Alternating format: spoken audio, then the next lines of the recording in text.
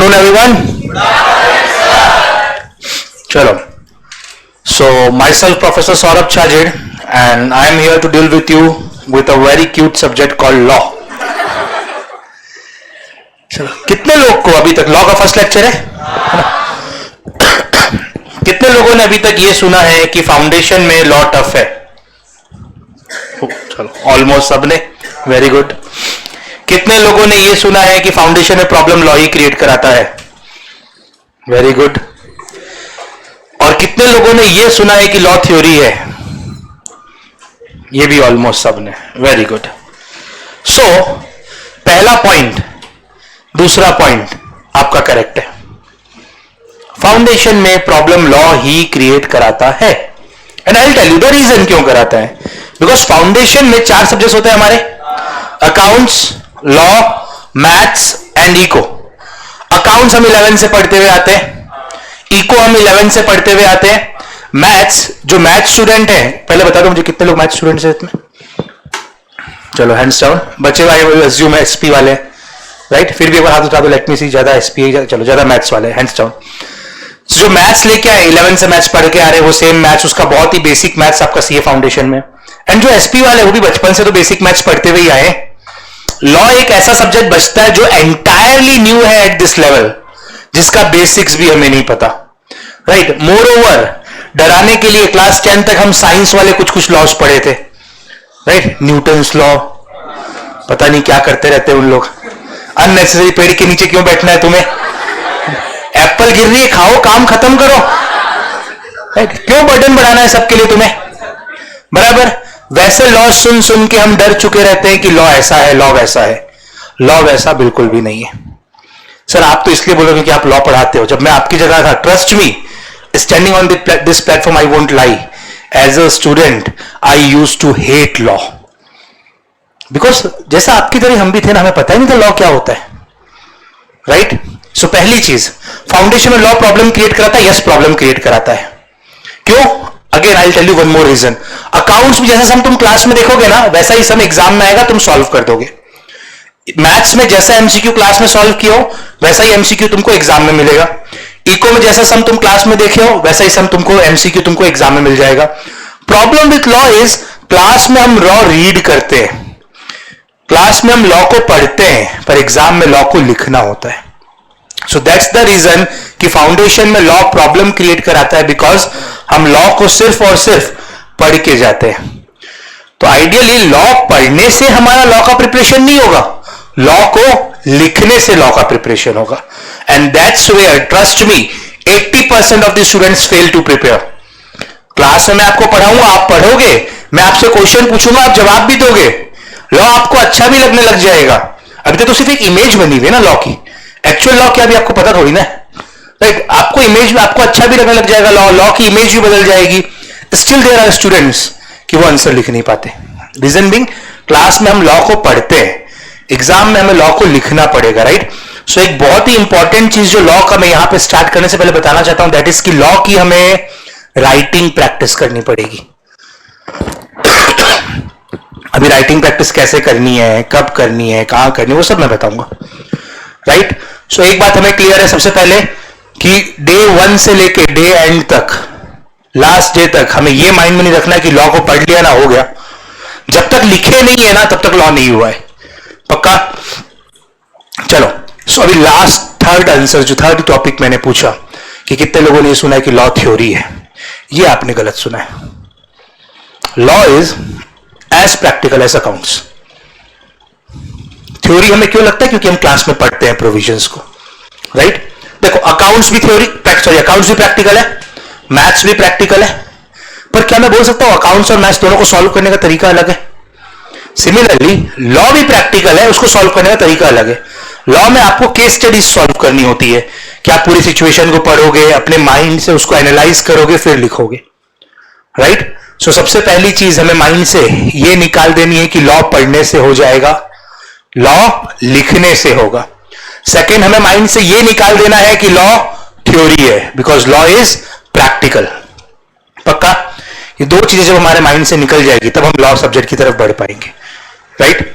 तो आज के लेक्चर में, नेक्स्ट लेक्चर में आपको बुक्स मिल जाएंगी, राइट मैं आपको सब बताऊंगा कौन सी बुक्स मिलेंगी, क्या मिलेंगी, आपको क्या करना है, everything I will tell you.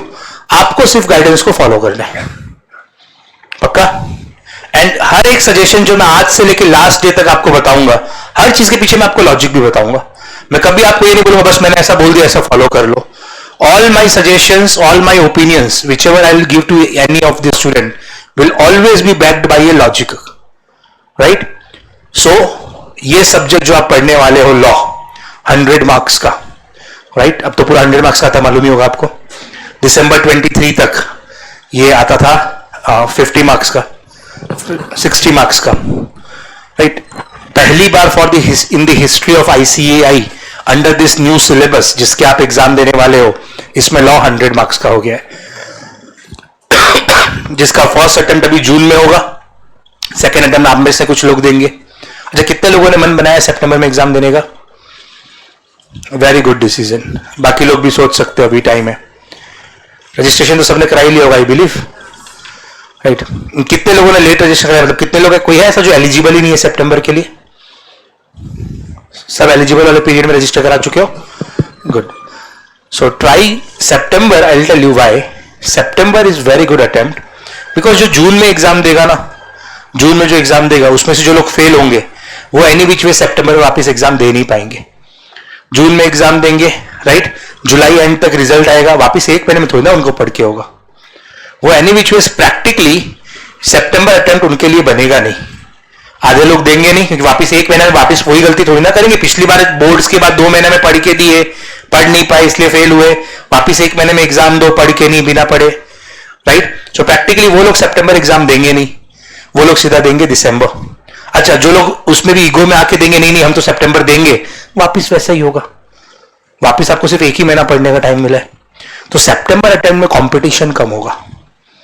This is my personal opinion which I am sharing with you, right. Again it's you are free to take your own call कि आपको सितंबर देना है कि दिसंबर देना है। मैं आपकी जगह होता हूं सितंबर देता। Second, September attempt is second attempt of this syllabus and मैं हमेशा बोलता हूं second attempt is the best attempt. किसी भी नए सिलेबस का जो फर्स्ट अटेम्प्ट होता है ना वो एक्सपेरिमेंटल अटेम्प्ट होता है। जैसे अभी जून वालों का जो एग्जाम होगा हमें ही नहीं पता उनका क्या क्वेश्चन आने वाला है, उन्हें क्या बताए, राइट। जैसे अभी फाइनल और इंटर के एग्जाम चल रहे हैं, आई एम स्पीकिंग, आज सीए इंटर वालों का थर्ड पेपर है, कल सीए फाइनल वालों का थर्ड पेपर था। इनका फर्स्ट पेपर आया, पूरा पैटर्न ही अलग। तो फाउंडेशन वाला को जब जून में एग्जाम आएगा तब क्या पता कुछ नई चीज पता चल जाए। फर्स्ट अटेम्प्ट में आईसीआई के पास खुद के पास प्रॉपर रिसोर्सेस, प्रॉपर स्ट्रक्चर्स होते नहीं है, राइट। जो आरटीपी एमटीपी भी जून अटेम्प्ट के लिए हुई है वो काम की नहीं है। रीजन भी जब आरटीपी एमटीपी बनी उससे पहले तो क्वेश्चन पेपर बन चुका था। दिसंबर अटेम्प्ट तक चीजें स्ट्रक्चर हो जाएगी, चीजें प्रॉपर हो जाएंगी, राइट। प्रॉपरली स्ट्रक्चर्ड कंटेंट रहेगा आईसीआई के पास, आईसीआई के पास डिफिकल्ट रिसोर्सेज रहेंगे। सितंबर अटेम्प्ट जो सेकंड अटेम्प्ट बचता है ना अब, वो अटेम्प्ट ऐसा रहता है जहां पर चीजें एट बैलेंस चलती है कि ना तो चीजें ज्यादा इजी रहेंगी ना ज्यादा डिफिकल्ट रहेंगी, कि गड़बड़ भी नहीं होगा और हाई लेवल भी नहीं होगा। So still there is time, you can think at your description कि आपको सितंबर देना है कि दिसंबर देना है। बाकी सजेशन वुड बी सितंबर will be a good thing to do. हाँ उसके लिए शुरू से आज से मेहनत करनी पड़ेगी, कुछ टाइम तो लिमिटेड है, राइट। सितंबर में एग्जाम दोगे, टाइम तो लिमिटेड है। मैं एकदम सिंपल सी आपको आज स्ट्रेटेजी बताऊंगा कि कैसे आप सितंबर के लिए चीजें मैनेज कर सकते हो। The strategy followed by Indian stock market, right, T+2 days, that's the best strategy to study. आज आपका कोई भी लेक्चर हुआ, whether it be law, accounts, eco, maths, आज जो लेक्चर हो रहा है सेम डे घर पे जाके रीड करना है, फर्स्ट थिंग। अगर ये आपने कर लिया तो आप समझो आप अपने अटेम्प्ट के एक पास होने के एक स्टेप नजदीक बढ़ गए। अगर आपने ये नहीं किया समझो आप एक स्टेप दूर हो गए, ये फैक्ट है। आपको पूरे कोर्स के ड्यूरेशन में कभी मैं आपको फेक मोटिवेशन नहीं दूंगा कि नहीं नहीं हो जाएगा। अरे कैसे हो जाएगा, करोगे तो होगा, राइट। मेरे से वो क्या, मैं वो फेक मोटिवेशन नहीं दे पाता अननेसेसरी कि नहीं नहीं कर ले हो जाएगा, ऐसे नहीं आ रहा, अभी भी कर हो जाएगा। टाइम पे करोगे तो होगा। सेम डे आपको जाके रीड करना है। ये सिर्फ मेरे सब्जेक्ट के लिए नहीं बोल रहा हूं मैं, all subjects, right. First step is आपको सेम डे रीड करना है। सेकेंड इज T+2 days, मतलब मंडे को जो लेक्चर हुआ ट्यूसडे को उसको मत पढ़ो, वेडनेसडे को उसको मत पढ़ो, थर्सडे को वापस उसे पढ़ो। सिमिलरली जो ट्यूसडे को लेक्चर हुआ उसे आप वेडनेसडे मत पढ़ो, थर्सडे मत पढ़ो, फ्राइडे पढ़ो। सिमिलरली वेडनेसडे को जो हुआ वो सैटरडे पढ़ो, राइट। T+2 डेज, 2 दिन वापस अपने माइंड को थोड़ा भूलने का मौका तो दो। उसके बाद थर्ड राउंड वीकली रिवीजन, वो हफ्ते में एक दिन लेके बैठो, पूरा हफ्ता जो पढ़ाई हुआ है उसे रिवाइज करो। अब क्या लेक्चर्स रहता है तो पूरे हफ्ते का पढ़ाई एक दिन में करना पॉसिबल नहीं है, तो 2 दिन में डिवाइड करो। ये 3 राउंड अगर तुम पढ़ लेते हो, अब तुम्हारे कॉन्सेप्ट्स माइंड में स्टोर हो गए। अब जब तुम्हारा क्लासेस में उस चैप्टर का टेस्ट होगा तब उस कॉन्सेप्ट को रिवाइज करना है, फिर क्लासेस खत्म होने के बाद रिवाइज करना है। Now you are good for your exams, right. अगर अगेन समझो, पहला रिवीजन कब, जब क्लासेस का टेस्ट होगा, सेकंड रिवीजन कब, सिलेबस खत्म होने के बाद, और थर्ड रिवीजन जब आपका मॉक टेस्ट होगा, राइट। पर ये 3 रिवीजन कब कर पाओगे, उसके लिए पहले 3 राउंड ऑफ स्टडीज चाहिएगा। सो पास होने के लिए 3+3 चाहिए, राइट। अगर प्रॉपरली श्योर शॉर्ट पास हो रहा है तो 3+3 चाहिए, 3 round of studies, 3 round of revision, right. अब प्रॉब्लम कैसा होता है, हम सीधा 3 राउंड ऑफ रिवीजन कर लेते, 3 राउंड ऑफ स्टडीज नहीं करते, फिर हमें लगता है हमने तो बहुत मेहनत की थी, correct. So smart work page of, hard work never page, right. So day 1 से आज से स्टार्ट करो। चलो पिछले बैकलॉग रह गए, अगर रह गए तो रहने दो, आज से फ्रेश स्टार्ट कर लो। हम नया सब्जेक्ट चालू कर रहे हैं, सेम डे आपको जाके रीड करना है, T+2 days weekly revision, right. चलो फिर हम स्टार्ट करते हैं सब्जेक्ट को।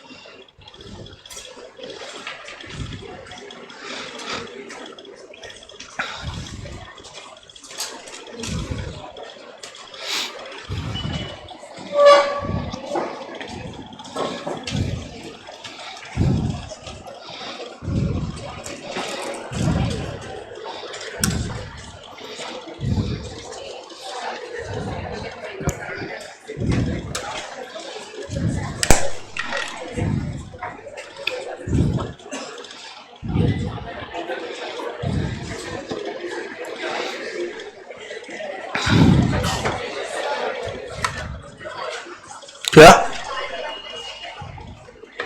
Just give me a minute.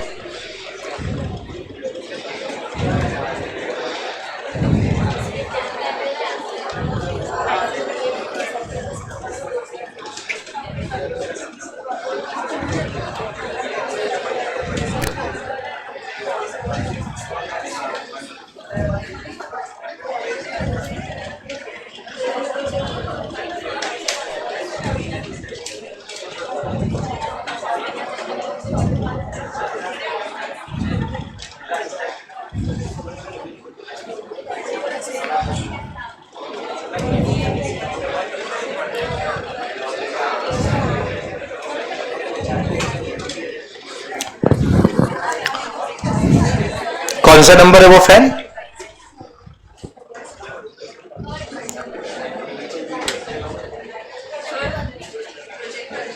वो ब्लिंक करता है थोड़ा, जब स्विच ऑफ करोगे तो। चलो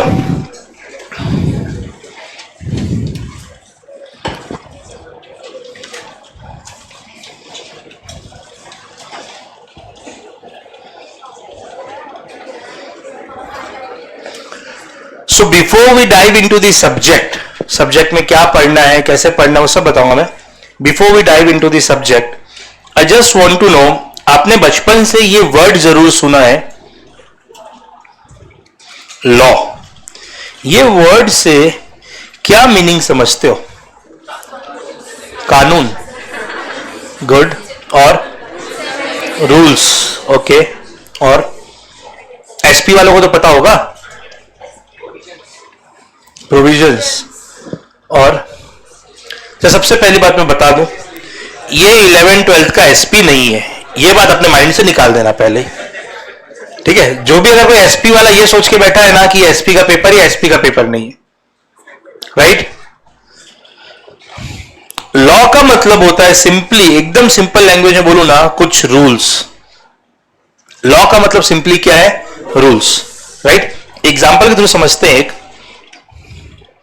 ये आपने ऐसा ट्रैफिक सिग्नल तो देखा ही होगा, राइट। 3 तरह की लाइट्स लगी रहती है वहां पे, सबसे ऊपर रेड रहेगी, उसके नीचे आपको येलो मिलेगी, रेड के नीचे आपको येलो लाइट मिलेगी, एंड फाइनली उसके नीचे आपको ग्रीन लाइट मिलेगी। करेक्ट? सो होता क्या, हम ट्रैफिक सिग्नल बचपन से क्या देखता है कि जब ये रेड है, जब ये रेड है तो यू हैव टू स्टॉप, जब ये येलो है you have to get ready, and जब ये ग्रीन है यू हैव टू गो। मतलब एटलीस्ट ऑन द बुक्स तो यही रूल है। रियल लाइफ में भले हम कुछ और ही फॉलो करते हैं, रियल लाइफ में ग्रीन है तो हमको जाना ही है, येलो है तो जल्दी से जाना है। अब येलो है तो इतने जल्दी से जाना है, कोई आ रहा है तो उसको लेते हुए निकल जाओ, राइट। और रेड है तो हमें देखना है कोई खड़ा है क्या, है ना, नहीं है तो निकलना है, right. But at least on the papers तो यही रूल है। कहना ही से कि रेड पे रुकना, येलो पे रेडी होना, ग्रीन पे जाना, this is nothing but some rules, these are some rules. पक्का? कभी ये ऐसा लॉजिक थोड़ी ना कि रेड पे क्यों रुकना है, कभी सोचा तुमने ऐसा? पक्का नहीं सर, वो रेड कलर तो स्टॉपेज के लिए ही होता है, वो तो रूल बना हुआ है, इसलिए ओवर द ईयर्स ऐसा ट्रेंड बन गया है। बहुत सारे कंट्रीज में ग्रीन की जगह ब्लू लाइट होती है। यूएस के कुछ पार्ट्स में सिग्नल पे ग्रीन लाइट्स नहीं होती, ब्लू लाइट होती है कि ब्लू लाइट है तो आपको जाना है। यूरोप के कुछ पार्ट में ब्लू लाइट होती है। So there is no logic कि ग्रीन का मतलब जाना। हम बोलते हैं ना ग्रीन सिग्नल मिल गया, क्यों? क्योंकि कब से ग्रीन सिग्नल को जाने के लिए डिनोट किया जाता है, right. So we don't find out logic over there ना। सो अगर मैं बोलूं तो हमने क्या देखा कि लॉ क्या है, रूल्स है। पक्का? क्या मैं बोल सकता हूं these rules are on a particular matter, जैसे कि रोड पे ऐसा है कि ये देखो, ये इधर भी ग्रीन लाइट जल रही है, तो ये ग्रीन दिख रहा है, तुम चलना चालू हो जाओ। ऐसा होता है क्या कि घर पे गेट पे एक रेड लाइट लगा के रखी होगी, रेड कलर का बल्ब जलेगा तो घर के अंदर रहना है, वो ग्रीन होगा तभी घर से बाहर जाने मिलेगा। ऐसा है क्या? कह रहे इसे कुछ रूल्स है ऑन ए पर्टिकुलर मैटर। पक्का? And these rules are to be followed, these rules are to be followed. पक्का? कुछ रूल्स है एक पर्टिकुलर मैटर पे which are to be followed. Sure? एकदम सिंपल है। लॉ क्या है सर? एकदम सिंपल सर, कुछ तो रूल्स है जिनको फॉलो करना है। रूल्स किस पे? एक पर्टिकुलर मैटर पे। पक्का? फॉलो कौन करेगा? आपके और मेरे जैसे लोग, पीपल ऑफ सोसाइटी। कभी ऐसा देखे हो रेड सिग्नल है, रोड क्रॉस करते समय एक काऊ वहीं पे रुक गई हो, है ना, उससे दूसरी काऊ ने पूछा क्या, बोले वो रेड सिग्नल, ग्रीन होने दे तब जाएंगे। कभी सुने हो ऐसा कि कोई डॉग रुक गया हो कि ग्रीन होने दो फिर मैं जाऊंगा? नहीं ना। सो कहना ही से लॉ क्या है? सिंपली सर रूल्स है एक पर्टिकुलर मैटर पे जिसे हमें फॉलो करना है, which are to be followed by us कौन? The people of society, right. Sir follow करना ये तो हम समझ गए, क्यों करना है? रोड पे हमें सिग्नल को क्यों फॉलो करना है? एक्सीडेंट्स अवॉइड हो, ओके गुड, और ट्रैफिक कंट्रोल में रहे, गुड, रोड पे ओवरऑल फंक्शन स्मूथ रहे, करेक्ट। कहना इसे कि कुछ रूल्स है एक पर्टिकुलर मैटर में जिन्हें आपको और मुझे, पीपल ऑफ सोसाइटी को फॉलो करना है, सो दैट आर एक्शन और our conduct on that matter, कि रोड पे हमारा जो भी एक्शन या कंडक्ट है, driving, walking, that gets regulated and becomes a goods और प्रॉपर कंडक्ट। हमने रूल्स क्यों फॉलो किए रोड पे? ताकि रोड पे जो भी हमारा कंडक्ट है, क्या कंडक्ट था रोड पे में भी हमारा, ड्राइविंग, वॉकिंग, वो सारा रेगुलेट होके प्रॉपर ड्राइविंग, प्रॉपर वॉकिंग बन सके। पक्का? कोई कंफ्यूजन है इसमें? So this is law.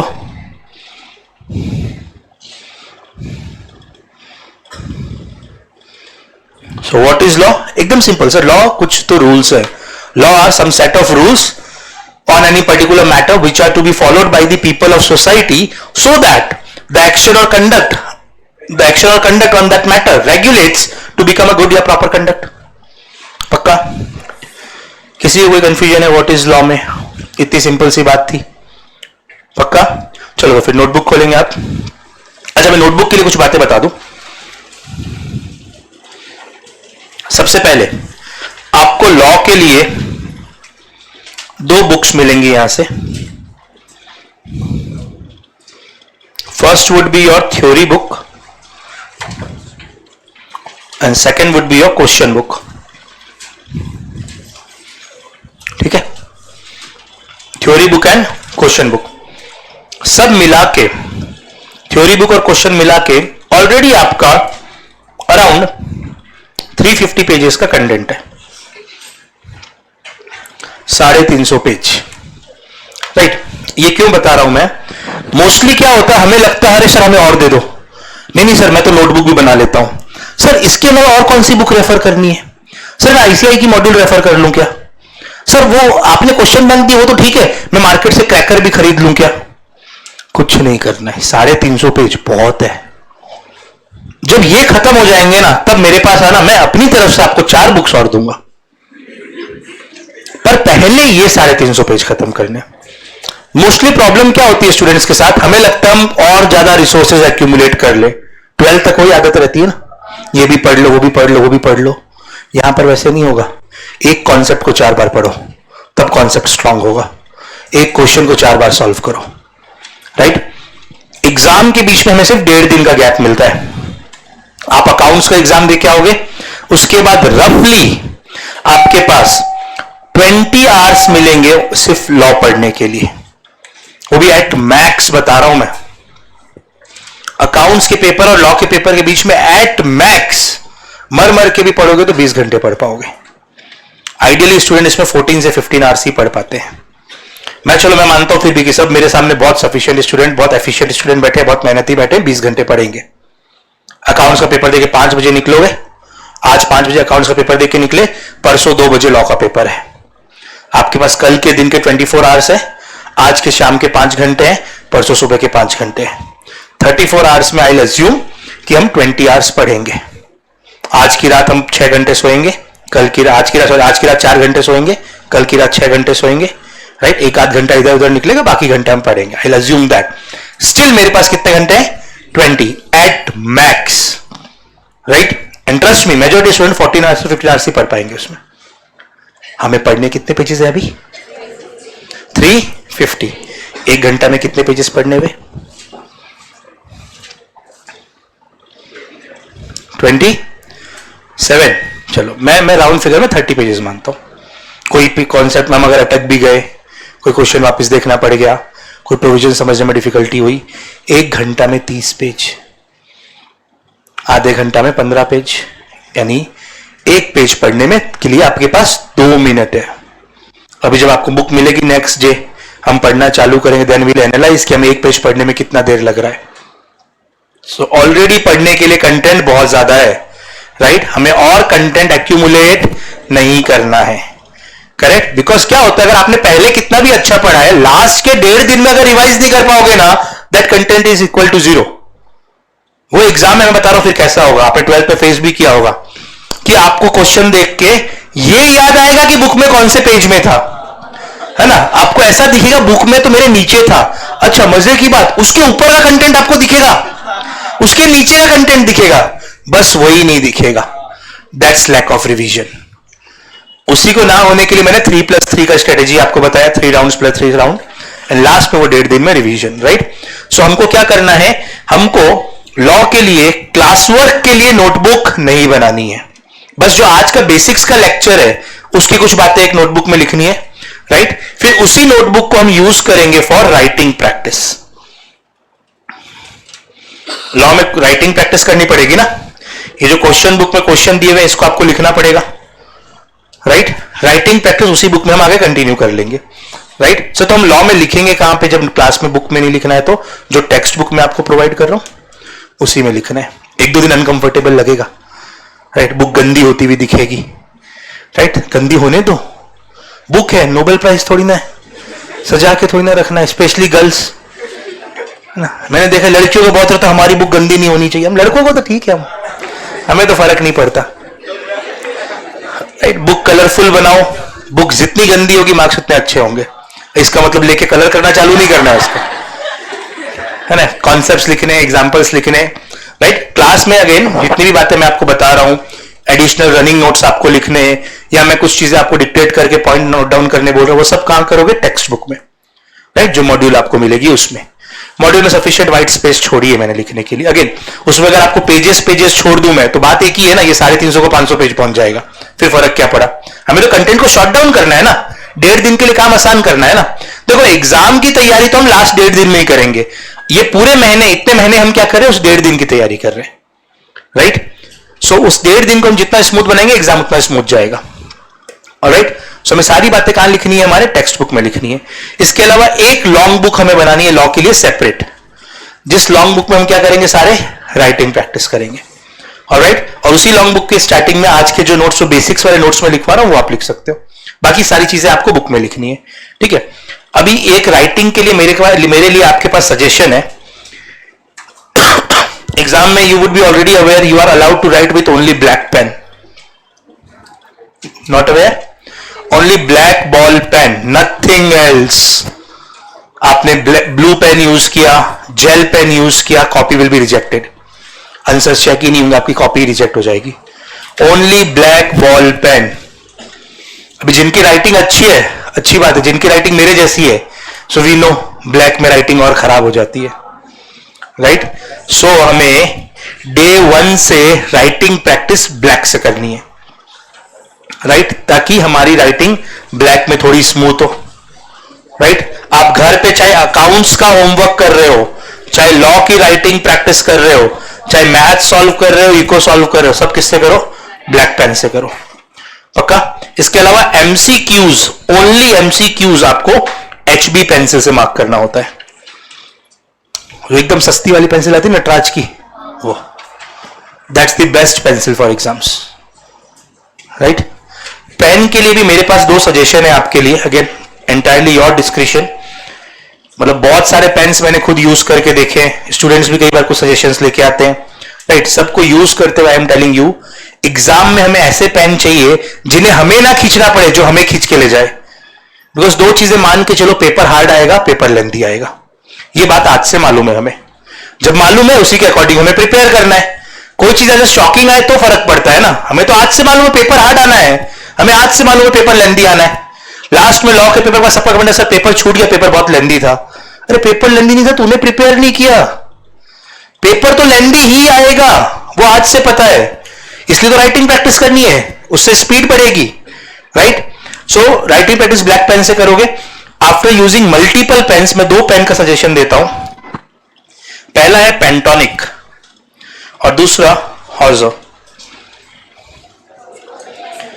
तो 2 अटेम्प्ट पहले तक मैं सिर्फ ये सजेशन देता था।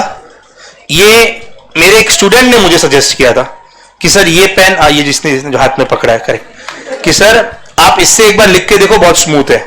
एंड 1 महीने तक मैंने वो पेन यूज करके देखा एंड मुझे वाकई वो बहुत स्मूथ लगा। सो पेंटोनिक इज फॉर एवर, मतलब वो एवरग्रीन है, वो बहुत अच्छा लगता है, बहुत स्मूथ चलता है वो। एंड सेकंड इज हॉर्जर, इन दोनों में से कोई भी यूज कर सकते हो। तो आइडियली आपको क्या करना चाहिए? 5 पेन आज से ही, 5 ब्लैक पेन आज से ही आपको, जो भी आपको इनमें से अच्छा लगे। सर हमें दोनों नहीं पता कैसा है, दोनों का 1-1 पेन खरीद लो, लिख के देखो, राइट। 10-10 रुपीज का पेन है। आज से ही 5 पेन फिर आपको उसका खरीद लेना चाहिए, सारी प्रैक्टिस उससे करनी चाहिए। इसके अलावा आपको सेम ब्रांड का एक रेड, एक ब्लू एंड एक ग्रीन पेन ले लेना चाहिए, ताकि क्लास के नोट्स जो आप बुक में लिखोगे ना लॉ में, उसमें आपको इन्हीं 3 कलर से लिखना है। ब्लैक से लिख के तो मतलब नहीं, ब्लैक में तो ऑलरेडी प्रिंटेड कंटेंट मिलेगा ना, तो पता फर्क क्या पता चलेगा आपको? इंपॉर्टेंट कौन सा टॉपिक है कैसे पता चलेगा? करेक्ट। सो लॉ के लेक्चर में आपके पास होना क्या क्या चाहिए? सबसे पहले आपको लॉ की जो थ्योरी बुक मिलेगी, ये आपके पास होना चाहिए। आइडियली क्वेश्चन बैंक भी कैरी करो तो बेटर है, नहीं करोगे क्वेश्चन बैंक तो भी चलेगा, क्योंकि आपके आजू बाजू कोई तो करेगा ना, right. So this is optional. Second, 3 colour के पेन होने चाहिए, red, blue and green. 3 pen होने चाहिए आपके पास। थर्ड, आपके पास 2 कलर के हाइलाइटर होने चाहिए एंड फोर्थ सबसे इंपॉर्टेंट स्टिकी नोट्स होने चाहिए।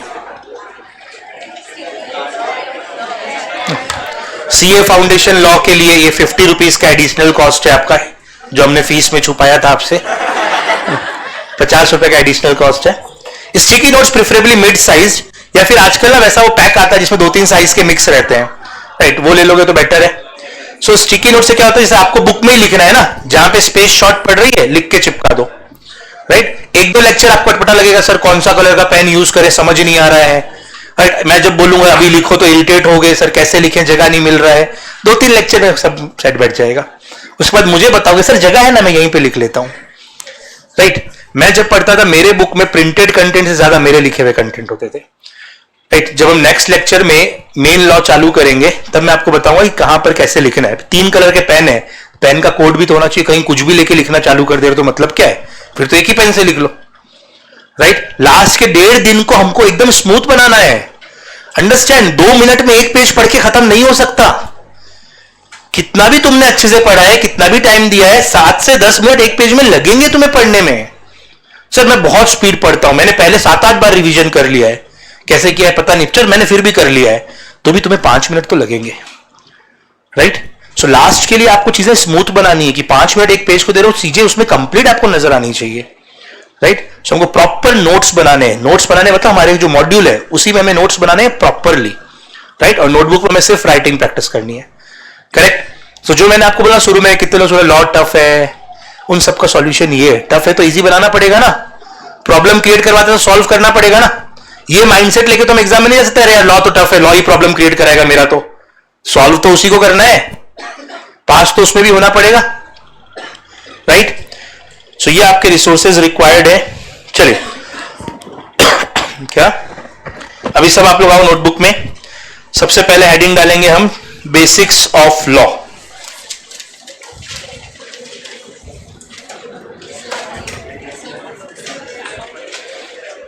बेसिक कितना नंबर है, मैं भी भूल गया,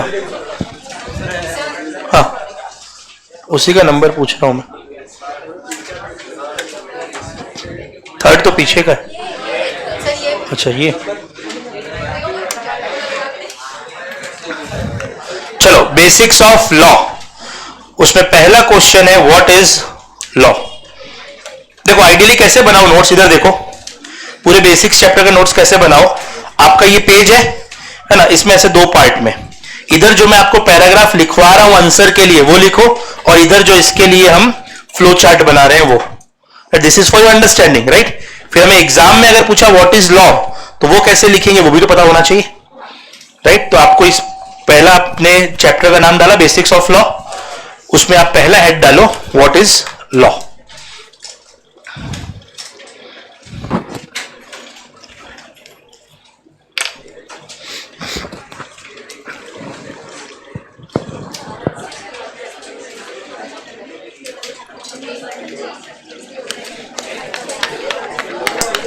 डाला आपने व्हाट इज लॉ। चलिए तो एक तरफ आप ये चार्ट ड्रॉ कर लेंगे,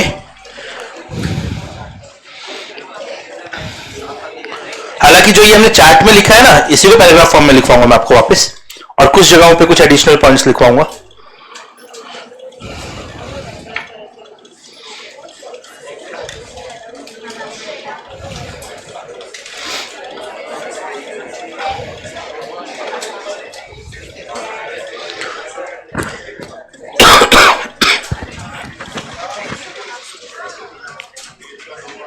क्या, हाँ क्या बोल रहा, हाँ 2 पार्ट, एक तरफ आप चार्ट बनाओ, दूसरी तरफ जो मैं कंटेंट लिखवाऊंगा।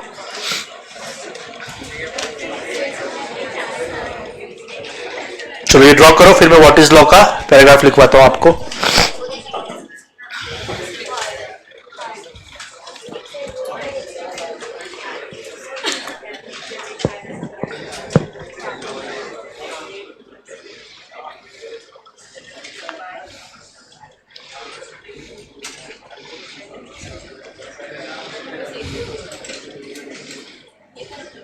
किसी भी तरफ आपकी चॉइस।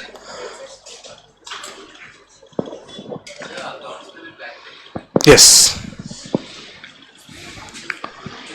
आपको एग्जाम सारे ब्लैक से ही देने। हाँ, तो दो ही तो पेपर लिखने आपको, अकाउंट्स और लॉ, दोनों ब्लैक से लिखने।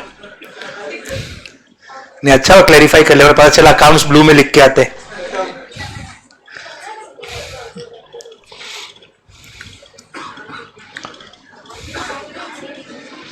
अकाउंट्स और लॉ ब्लैक पेन से लिखना है, इको और maths HB pencil. HB pencil सबसे सही रहती है नटराज की, एकदम सस्ती वाली, राइट।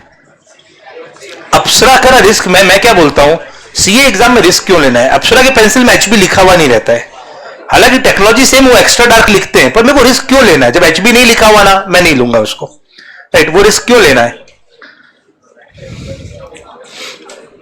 और मेरे को डर भी लगता है, उसके ऊपर लिखा रहता है एक्स्ट्रा डार्क ड्राइंग पेंसिल। अरे हम आर्ट्स के स्टूडेंट थोड़ी ना, आईसीआई ने एक्स्ट्रा डार्क कर दिया हमारे मार्क्स को। तो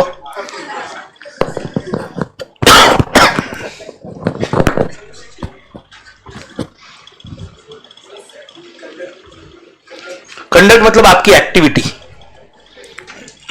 कि रोड पे हमारा एक्टिविटी क्या रहता है? Walking, driving.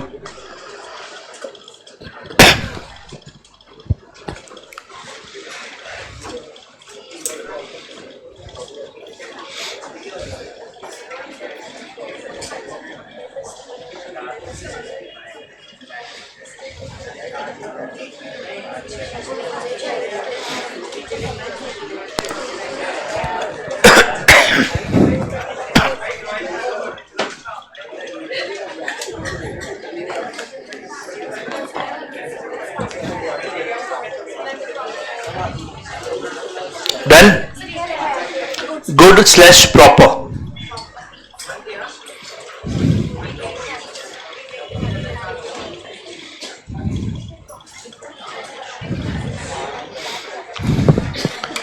बना लिया सबने ये चार्ट?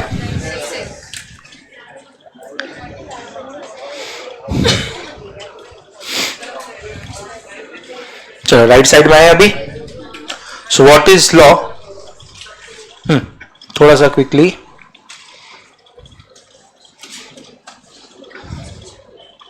एग्जाम 3 घंटे का ही है आपका, तो स्पीड हमें अभी से बढ़ानी पड़ेगी।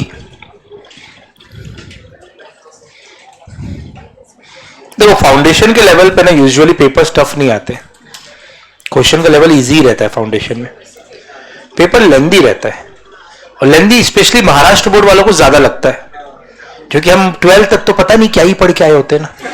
मतलब भले आपको खराब लगे और यू अग्री और नॉट, महाराष्ट्र बोर्ड का स्ट्रक्चर सबसे खराब है 11th 12th का। एक तो फालतू में कॉलेज बना दिए, चुपचाप स्कूल में पढ़ाओ जैसे पूरी इंडिया पढ़ रही है।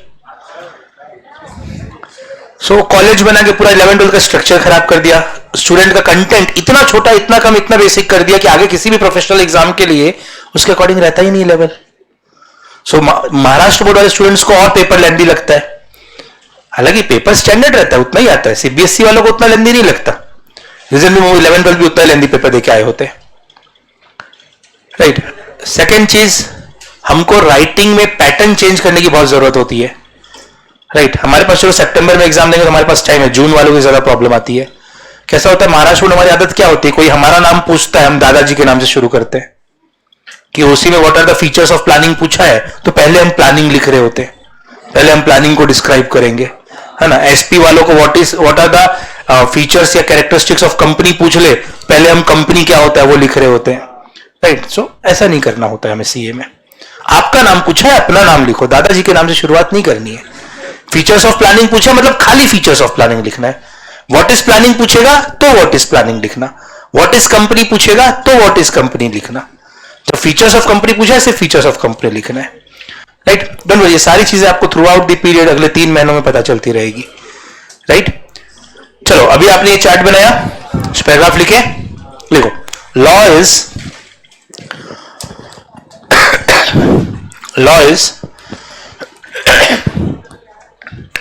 a set of rules and regulations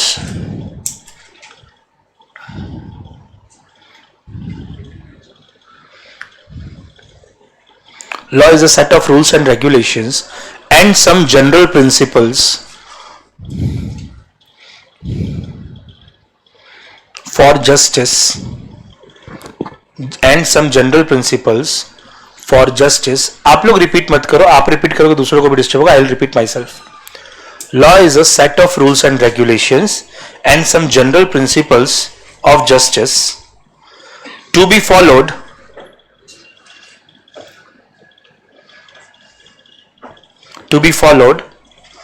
on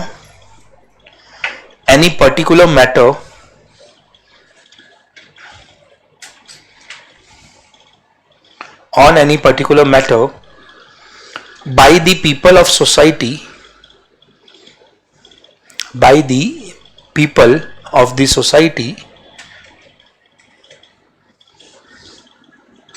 when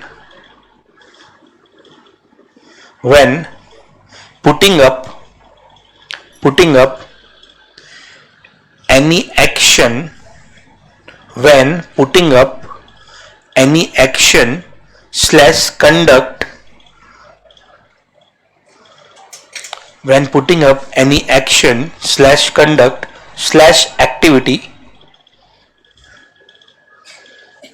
on that matter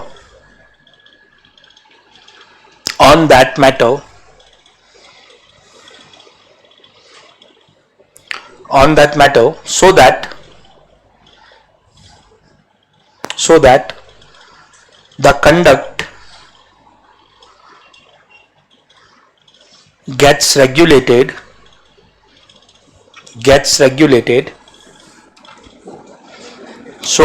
conduct gets regulated to become a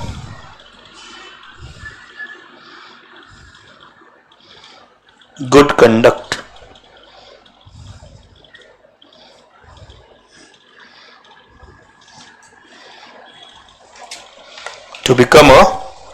conduct.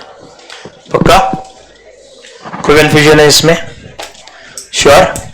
एक बार आप स्क्रीन पे आएंगे, आपको बुक मिलेगी तो उसमें आपको ये प्रिंटेड मिलेगा. व्हाट इज लॉ के लिए यहां पर भी 3 लाइंस लिखी हुई, एक बार रीड करेंगे ना अपने मन में. हम सीए स्टूडेंट्स हैं.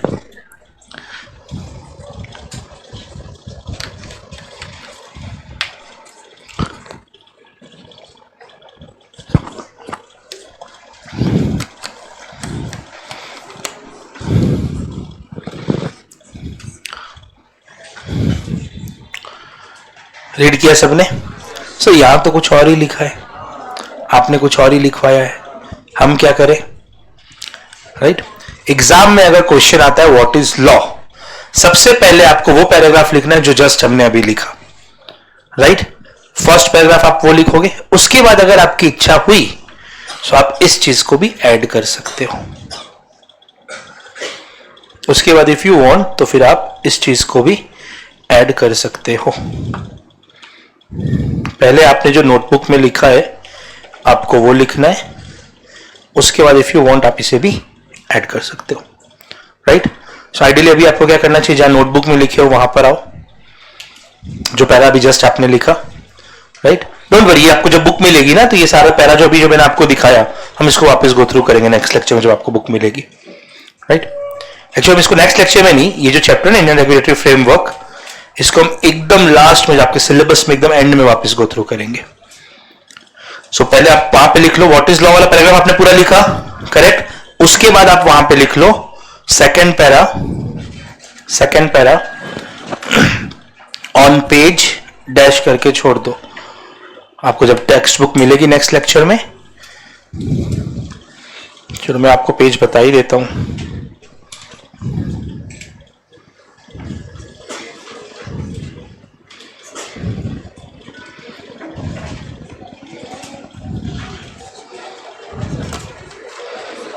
सेकंड पैरा ऑन पेज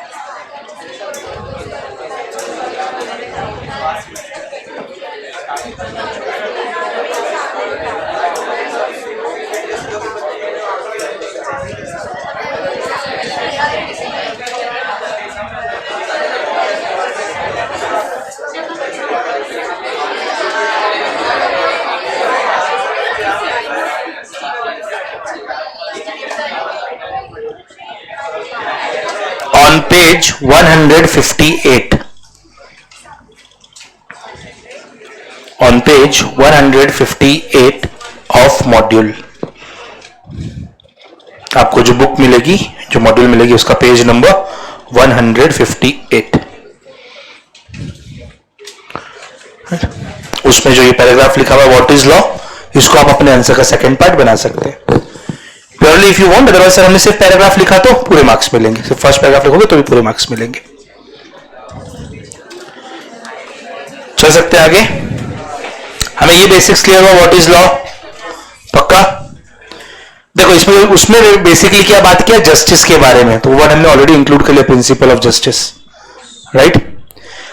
चलिए अब हम आगे चलते हैं. व्हाट इज लॉ हमें समझ में आ गया. सो हमारे पास समझने को एक बहुत इंपॉर्टेंट एस्पेक्ट बचता है इसके बाद. व्हाट इज लॉ तो ठीक है, why do we need law.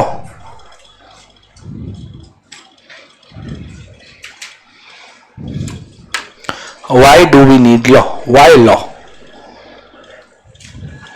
बताओगे कोई? To maintain order and discipline. Good. और कि सर हमने ऊपर जो भी रूल्स की बात की ना, वो रूल्स को प्रॉपरली फॉलो करवाने के लिए. अगर ये रूल्स को हम सिर्फ सोच ले, ये रूल्स को अगर हम सिर्फ सोच ले, हाँ ये रूल्स है, अगर उनका लॉ ना बनाया जाए, उन्हें फॉलो कौन करेगा. मैं आज अगर आपको बोल दूं कि सिग्नल्स अगर ब्रेक करोगे तो फाइन नहीं लगेगी, but ideally for your safety you should follow signal, कितने लोग फिर भी फॉलो करोगे. मगर आज अगर हमको ये बोल दिया जाए कि रेड सिग्नल जंप करोगे तो पेनल्टी नहीं लगेगा, ट्रैफिक पुलिस नहीं पकड़ेगा, ऑनेस्टली कितने लोग फॉलो करोगे. I think around 99% people follow नहीं करेंगे, 1% कुछ खड़े रहेंगे. Right. So properly in rules को इंप्लीमेंट कराने के लिए हमें लॉ चाहिए. करेक्ट. सो इसकी शुरुआत अगर मैं बोलूं why do we need law, हमें समझना पड़ेगा दो तरीके से. सबसे पहले कई बार हमारे सोसाइटी में कुछ प्रॉब्लम होती है, उस प्रॉब्लम का हम सॉल्यूशन निकालते हैं एंड इस सॉल्यूशन को हम करवा देते हैं. This solution is implemented as law. Right. तो हम प्रॉपर एग्जांपल्स के साथ समझेंगे इन सब चीजों को. और कई बार हमारे पास कुछ सिचुएशन होती है, उस सिचुएशन की कुछ नीड होती है, that need is solved and that solution is implemented as law. पक्का. So why do we need laws? Sometimes there are some problems in the society and sometimes there are some needs of the situation. Those needs and those problems are solved and those solutions are then implemented as law.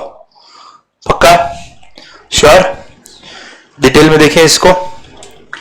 चलिए तो फिर एक heading डाल लेंगे, why do we need law.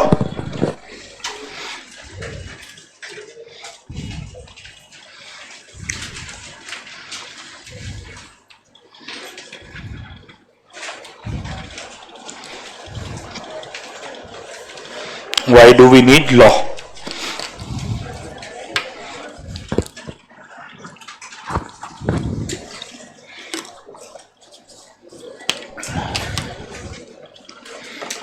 Chart draw कर लेंगे. Problem, situation,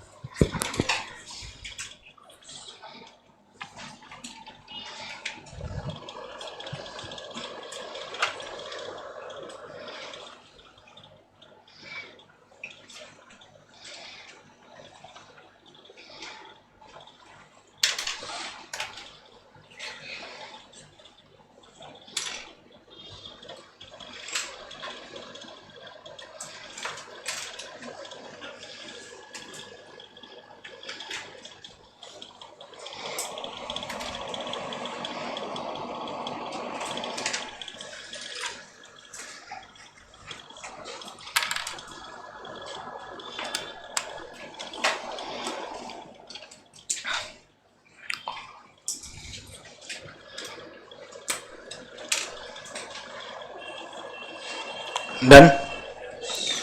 सुनो, ध्यान से समझना मेरी बात। देखो, मैंने आपको अभी ट्रैफिक सिग्नल्स वाला एग्जांपल दिया, थोड़ा उसको एनालाइज करते हैं कैसे वो लॉ बना। एंशिएंट टाइम की बात करते हैं। ये रोड होता था, इधर से एक पर्सन वॉक करते हुए आ रहा है, इधर से एक पर्सन वॉक करते हुए आ रहा है, जंक्शन पे दोनों मिले, हाय हेलो किए, ये अपने रास्ते चला गया, ये अपने रास्ते चला गया। कभी ऐसा सुने हो आज मुलुंड चेक नाका पे दो आदमी वॉक करते करते टकरा गए, एक की हालत गंभीर। There was a serious accident at Mulund check नाका, 2 people are walking, right? Unless they are using Instagram तो हो सकता है, राइट? सो कैन आई से जब हम वॉक कर रहे थे, when we were walking, there was no problem, कोई प्रॉब्लम थी नहीं वहां पे। दो जन वॉक कर रहे, मिले, एक दूसरे को हाय हेलो किए, अपने अपने रास्ते निकल गए, राइट? अब हम थोड़ा इवॉल्व हुए और वॉक करने की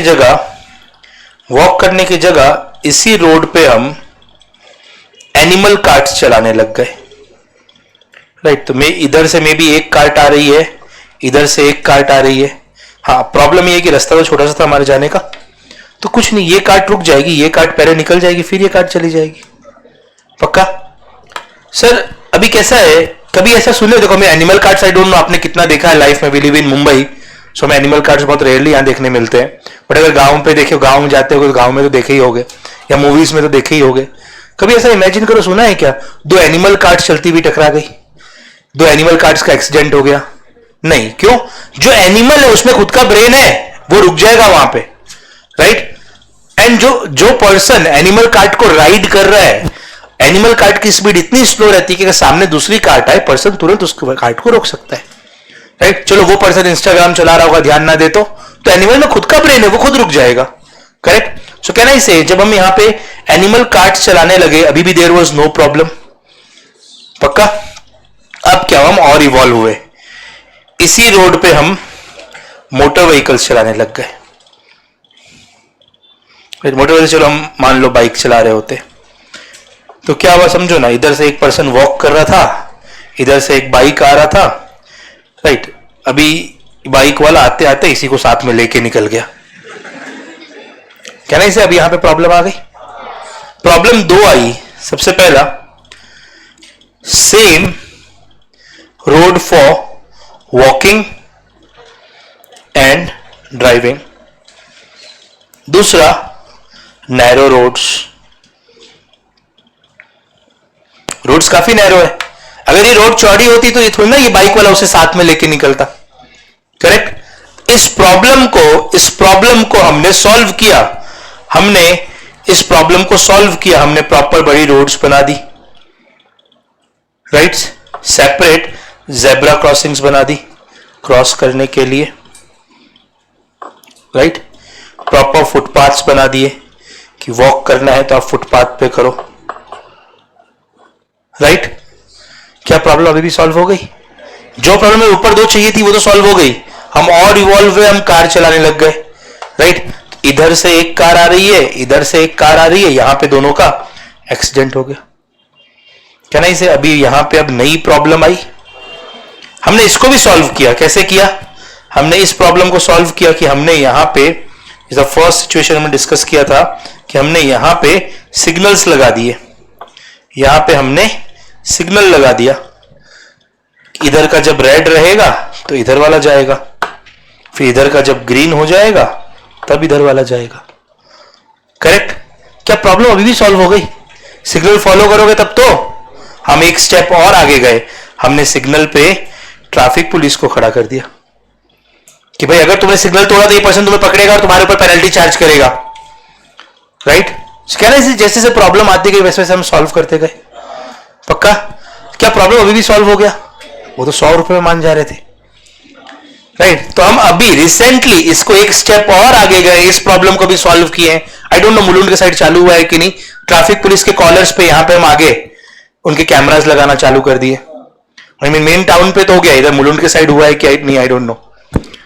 जो मेन ट्रैफिक पुलिस होते हैं सिग्नल्स पे, उनके आगे हम कैमरा लगा रहे हैं ताकि कौन आ रहा है, उनसे क्या कन्वर्सेशन हो रही है, क्या ट्रांजैक्शन हो रहे हैं, सब रिकॉर्ड हो सके। सो कैन आई से जैसे जैसे प्रॉब्लम आती गई वैसे वैसे उसे हम सॉल्व करते गए और इन्हीं सॉल्यूशंस को हम लॉ की तरह इंप्लीमेंट करते गए. सर लॉ की तरह इंप्लीमेंट क्यों करना पड़ा? बिकॉज अदरवाइज ये सॉल्यूशन कोई फॉलो ही नहीं करता. इतने राउंड ऑफ प्रॉब्लम्स क्यों आए सेम मैटर पे? क्योंकि हम सॉल्यूशन फॉलो नहीं कर रहे थे. सॉल्यूशन तो शुरू से सिंपल था कि भाई इधर से जब गाड़ी आ रही है एक तरफ से, दूसरी गाड़ी वाले रुक जाओ, पहले इसे जाने दो फिर तुम जाना. बात तो इतनी सी थी, उसे कोई फॉलो नहीं करता इसलिए इतनी प्रॉब्लम्स आते जा रही थी. करेक्ट. सो सॉल्यूशन को प्रॉपरली फॉलो करवाने के लिए हमें उसे लॉ की तरह इंप्लीमेंट करना पड़ता है. करेक्ट. सबको समझ में आया ये चीज प्रॉब्लम वाला? एक और सिचुएशन बताऊं, सेकंड केस में जाए. सिचुएशन मैं आपको मतलब ये तो हालांकि हमने जो भी ट्रैफिक सिग्नल का पॉइंट देखा वो भी रियल लाइफ है, पर ऐसा वो इतना पुराना है कि हमको रियल जैसा फील नहीं आ रहा ना उसमें. एकदम लेटेस्ट है सिचुएशन. इंडिया में सिचुएशन क्या है कि टीवी सीरीज एंड मूवीज पे देयर इज सेंसर बोर्ड.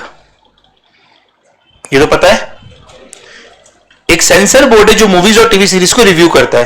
पहले आपको मूवीज या टीवी सीरीज अगर आपको रिलीज करनी है, पहले इन्हें दिखाओ, ये अप्रूव करेंगे तभी आप उसे रिलीज कर पाओगे. करेक्ट. जब सेंसर बोर्ड है so there is regulation on content. क्या कंटेंट दिखाना है, कैसा लैंग्वेज यूज करना है, कितने देर की मूवी होगी, कितने देर का टीवी सीरीज होगा. राइट. अब सिचुएशन क्या है कि वेब सीरीज एंड ओटीटी पे there is no regulation.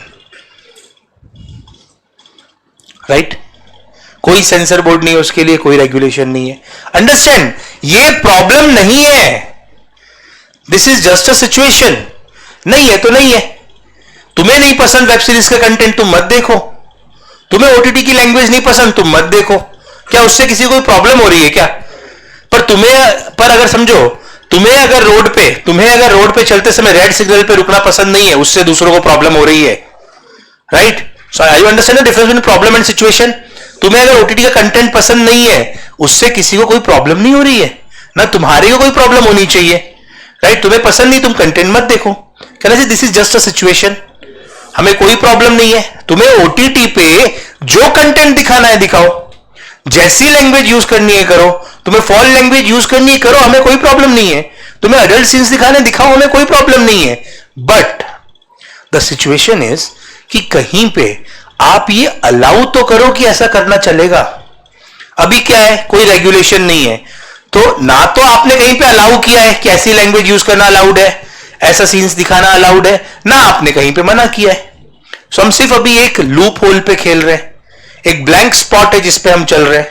Right. सो कहना इसे कि सिचुएशन क्या है, कोई रेगुलेशन नहीं है ओटीटी के कंटेंट पे. अभी सिचुएशन की नीड क्या है? इसकी नीड है कि we need regulations on content of OTT. Correct. कि कुछ रेगुलेशन तो बताओ हमें कि हाँ तुम बोल दो कि भाई हमें फॉरेन लैंग्वेज यूज करना अलाउड है, अडल्ट सीन्स दिखाना अलाउड है. राइट. हमें बताओ एक सीरीज में कितने एपिसोड होने चाहिए. एक सीरीज में भाई 5 ही एपिसोड होंगे, एक एपिसोड आधे घंटे का ही होगा, हमें एक रात में खत्म भी तो करना है हमें. राइट. एंड सबसे इंपॉर्टेंट जो मुझे लगता है रेगुलेशन डालो, इस सीरीज का सस्पेंस इसी सीरीज में खत्म करो, है ना. वो एक साल वेट नहीं करना हमें. राइट. इन सारे चीजों का सॉल्यूशन बन के बहुत ही जल्दी आप लोग के सामने आ रहा है separate sensor board for OTT. Understand.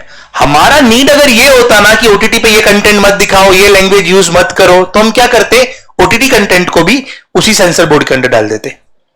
Right. कि वो सेंसर बोर्ड वेब सीरीज और टीवी सीरीज एंड मूवीज को तो रिव्यू कर रही है ना, वही सेंसर बोर्ड वेब सीरीज को और ओटीटी कंटेंट को भी रिव्यू कर लेता. करेक्ट. आपने से रिसेंटली सुना होगा एनिमल मूवी का एक्सटेंडेड वर्जन नेटफ्लिक्स पे रिलीज हुआ है. कुछ सीन्स ऐसे थे जो सेंसर बोर्ड ने कट आउट कर दिए थे कि आप मूवी में नहीं रख सकते.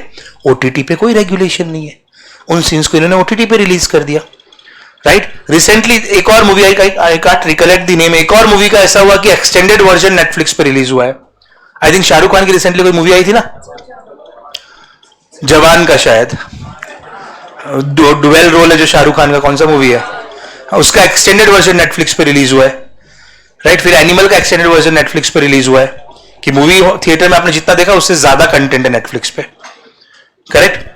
कुछ जगहों पे कुछ एक कोई मूवी का अभी सॉन्ग चेंज हुआ है नेटफ्लिक्स पे, जो रिलीज हुआ तब सॉन्ग चेंज हुआ कि रियल मूवी में भी थिएटर में वो सॉन्ग नहीं था पर नेटफ्लिक्स पे वो सॉन्ग है, राइट। बिकॉज आपको नेटफ्लिक्स पे दिखाने के लिए, ओटीटी प्लेटफॉर्म पे दिखाने के लिए कोई रेगुलेशन नहीं है, जैसा कंटेंट दिखाना है आप दिखा सकते हो, करेक्ट। तो हमारा नीड क्या है, हमें रेगुलेशन दो। हम मना नहीं कर रहे हैं कि मत दिखाने दो, पर हमें रेगुलेशन दो, कहीं पर अलाउ तो करो कि ऐसा दिखाना चलेगा। अभी हम सिर्फ एक ब्लैंक स्पॉट पे खेल रहे हैं। इसका सॉल्यूशन बहुत जल्दी एक सेंसर बोर्ड आ रहा है, क्लियर है। एक और एग्जांपल बताता हूं।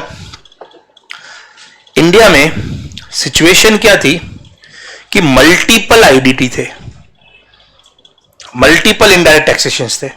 आपने इनडायरेक्ट टैक्सेशन तो सुना ही होगा, GST, right. Understand, I am a citizen of country, मुझे टैक्स पे करने में प्रॉब्लम ही नहीं है। एक बिजनेसमैन अगर बिजनेस करता है वो टैक्स पे करेगा ना, क्या प्रॉब्लम है।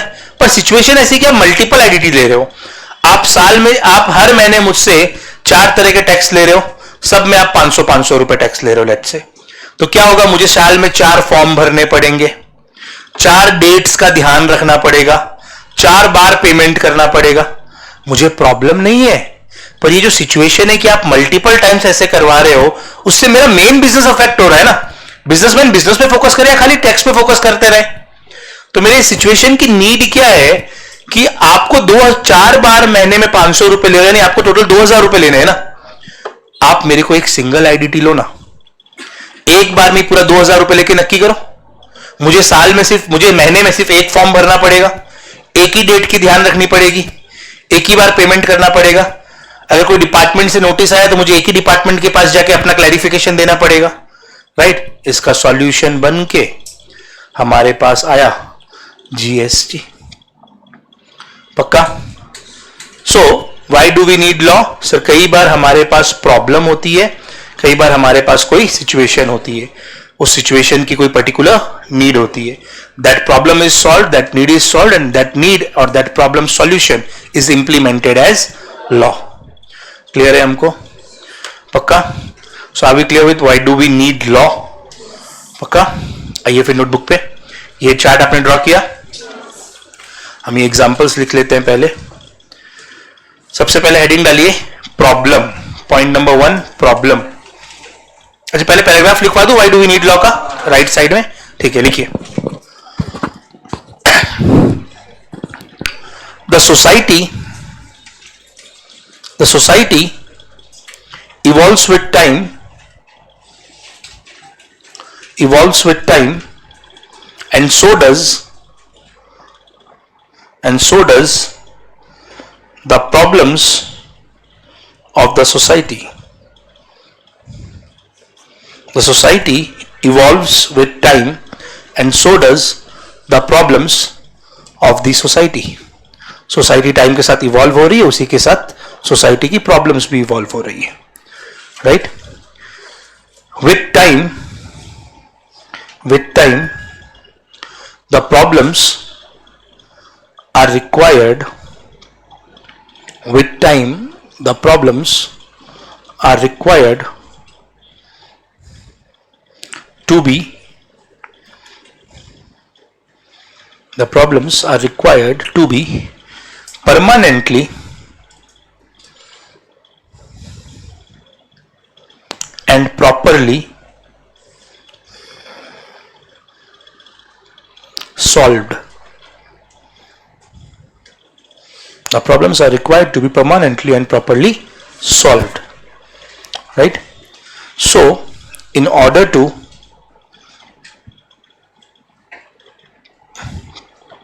solve these problems,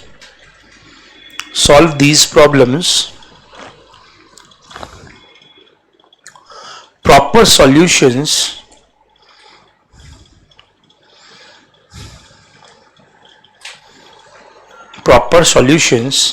are drafted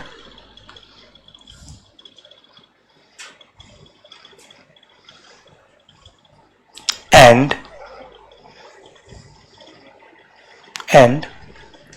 these solutions are then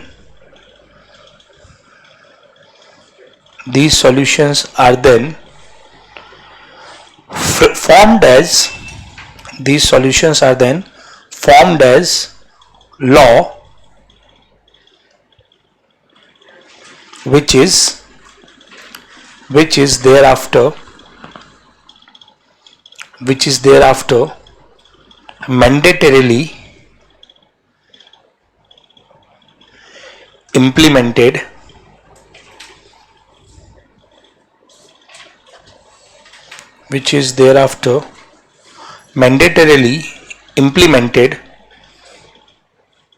on the people of society.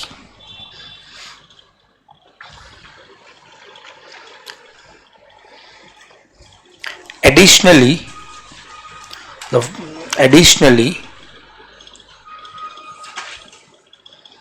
sometimes few situation arises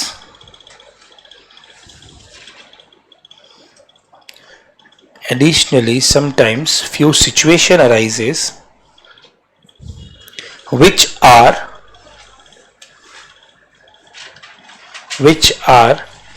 actually not any problem,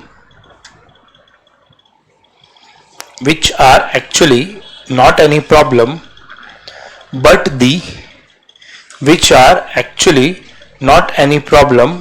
the need of the hour.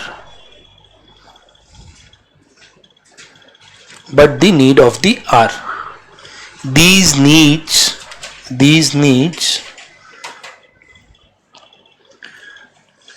are properly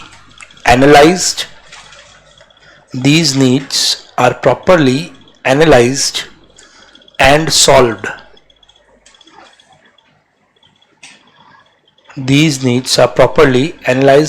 solved. And then implemented as law.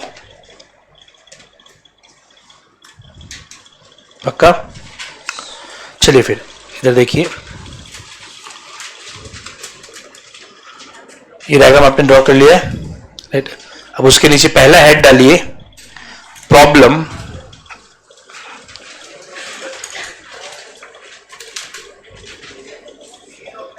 Solution.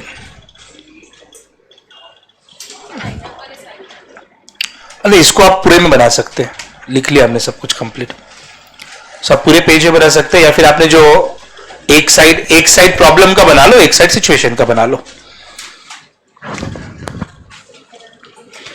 सो इसका पहला example traffic signals, right? हम walk कर रहे थे, यहां पे कोई problem नहीं थी, वॉक करके हम इवॉल्व होके हम एनिमल कार्ड्स यूज करने लगे।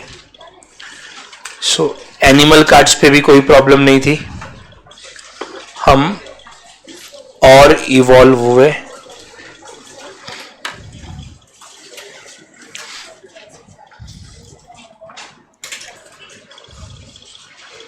ये एग्जाम्पल आप ड्रॉ कर लेंगे, क्या हुआ?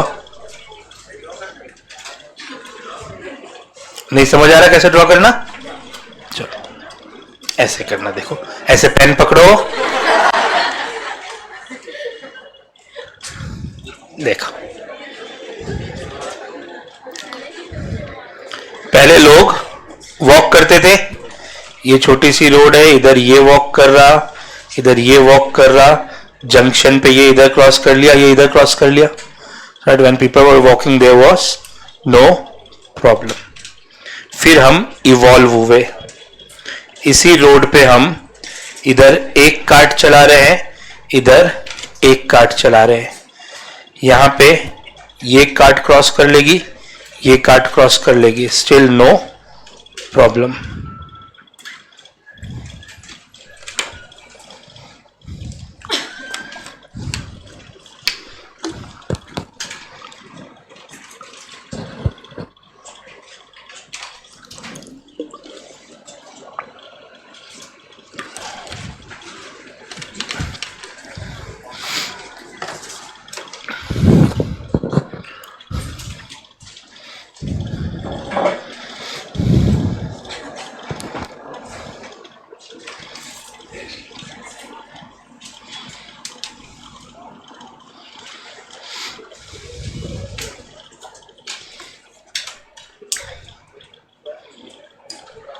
फिर हम और इवॉल्व हुए, अब आप यहां से ड्रॉ करने लग जाओ, और इवॉल्व होके हम मोटर व्हीकल्स चलाने लगे।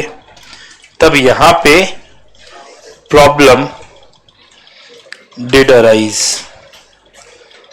क्या ये व्हीकल आ रही थी, इस पर्सन को साथ में लेके चली गई, राइट। दो प्रॉब्लम्स थी हमारे पास,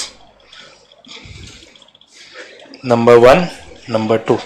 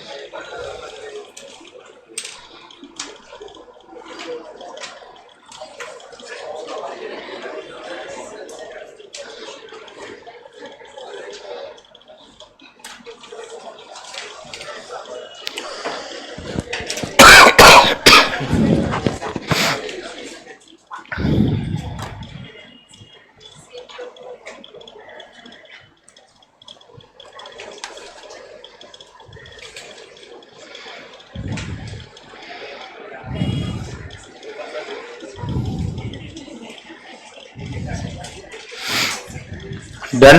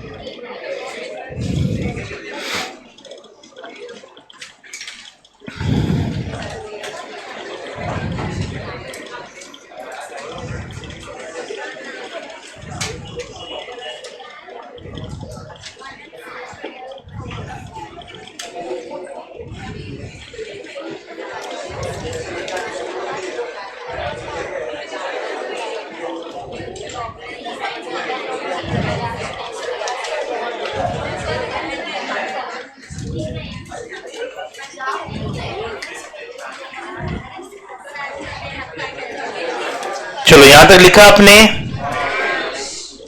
दो प्रॉब्लम्स थी हमारे पास, हमने इन प्रॉब्लम्स को सॉल्व किया। कैसे सॉल्व किया? सबसे पहले wider roads and separate footpaths for walking. दो ही प्रॉब्लम थी ना, दोनों को सॉल्व कर लिया। पर स्टिल यहां पे हमारे पास न्यू प्रॉब्लम आई। क्या न्यू प्रॉब्लम?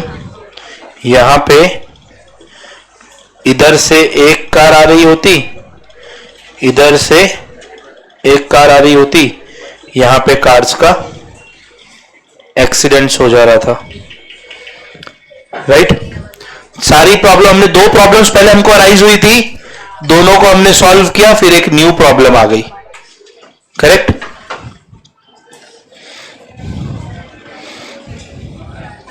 इस न्यू प्रॉब्लम को भी हमने सॉल्व किया। हाउ? हमने सिग्नल लगवा दिया।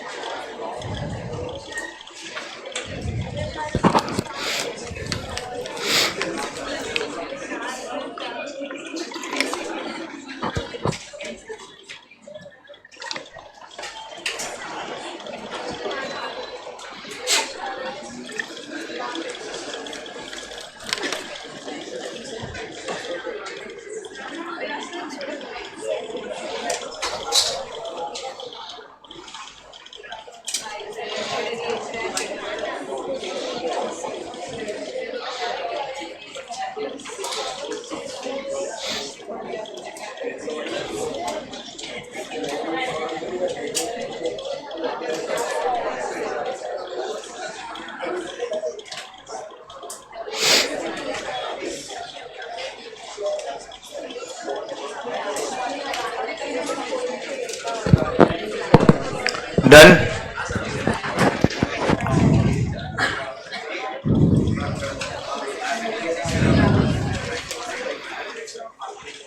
यहां पे जब सिग्नल लगा दिया, स्टिल यहां पे आई हमारे पास न्यू प्रॉब्लम। क्या problem I? Signals were not followed. हमने क्या किया? फिर से सॉल्यूशन लगाया इस पे, हमने लगा दिया ट्रैफिक पुलिस।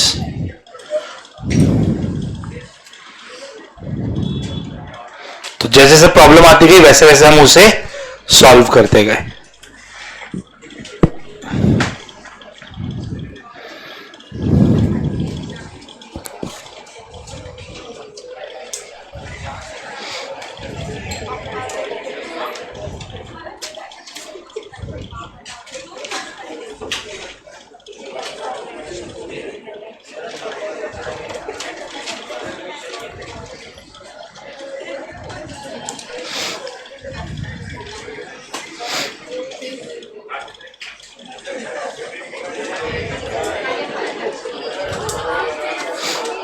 चलिए, फिर आप हेडिंग डालेंगे सिचुएशन का नीड। उसमें फर्स्ट एग्जांपल ये रहा आपके सामने कि सिचुएशन क्या है, उसका नीड क्या है और उसका सॉल्यूशन क्या है।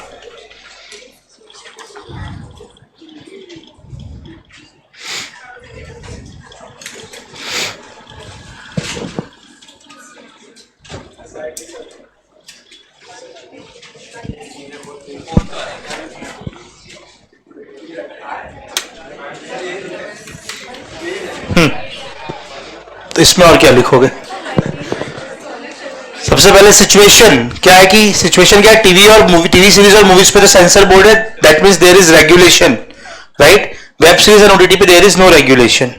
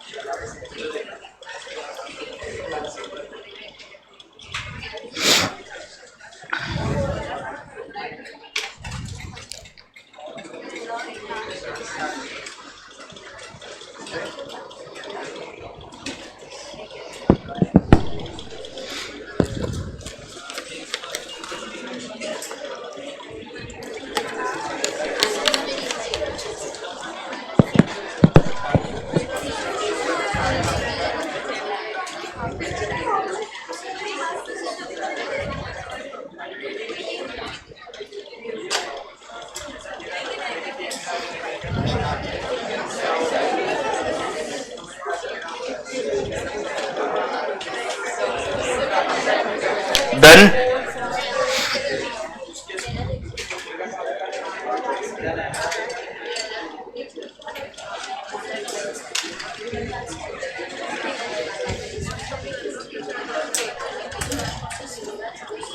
Done everyone? चलो,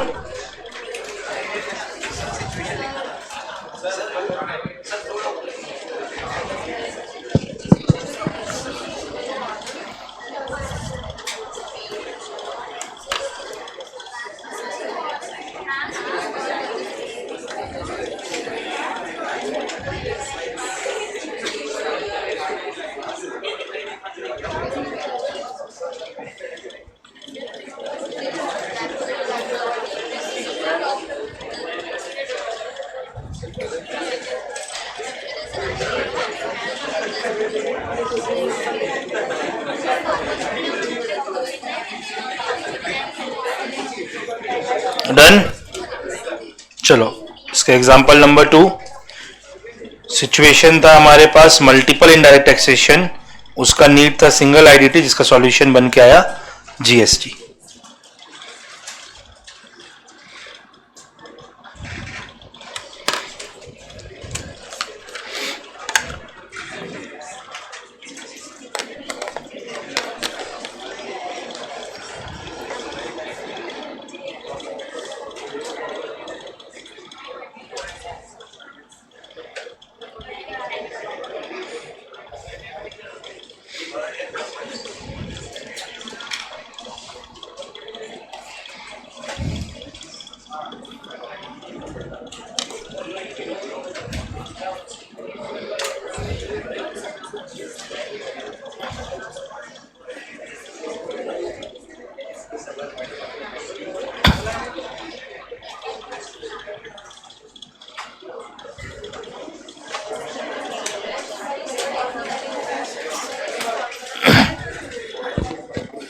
डन, चल सकते हैं आगे।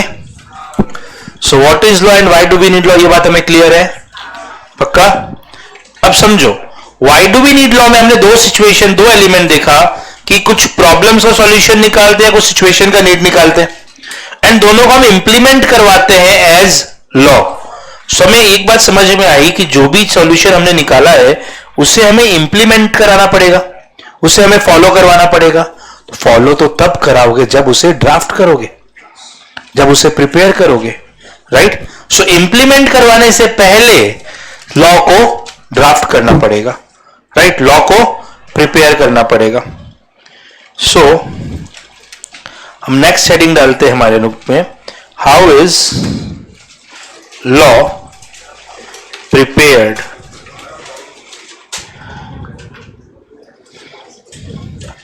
How is law prepared. कभी किसी ने सुना लॉ कैसे बनता है? बोल रहे हो कुछ? इसको हाँ डिवाइड करके लिखोगे हमेशा बेटर है।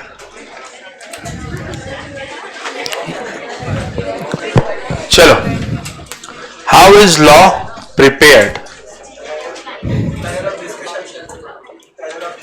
पैनल ऑफ डिस्कशन, ओके, और पार्लियामेंट से पास होता है, वेरी गुड। और किसी ने कुछ सुना लॉ के बारे में? चलो सुनो, लॉ बनाने की शुरुआत प्रॉब्लम से होगी कि प्रॉब्लम है या फिर सिचुएशन की नीड है, पक्का। हम क्या करेंगे, इसका सॉल्यूशन निकालेंगे, राइट। प्रॉब्लम है या फिर सिचुएशन है, उसका हम सॉल्यूशन निकालेंगे।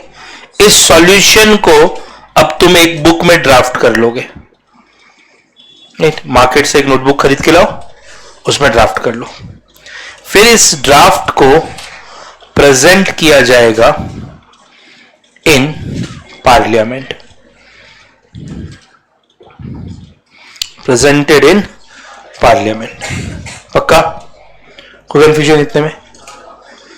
अब इस एक क्वेश्चन है मेरे पास आगे बढ़ने के पहले, ये बुक को कौन ड्राफ्ट कर सकता है?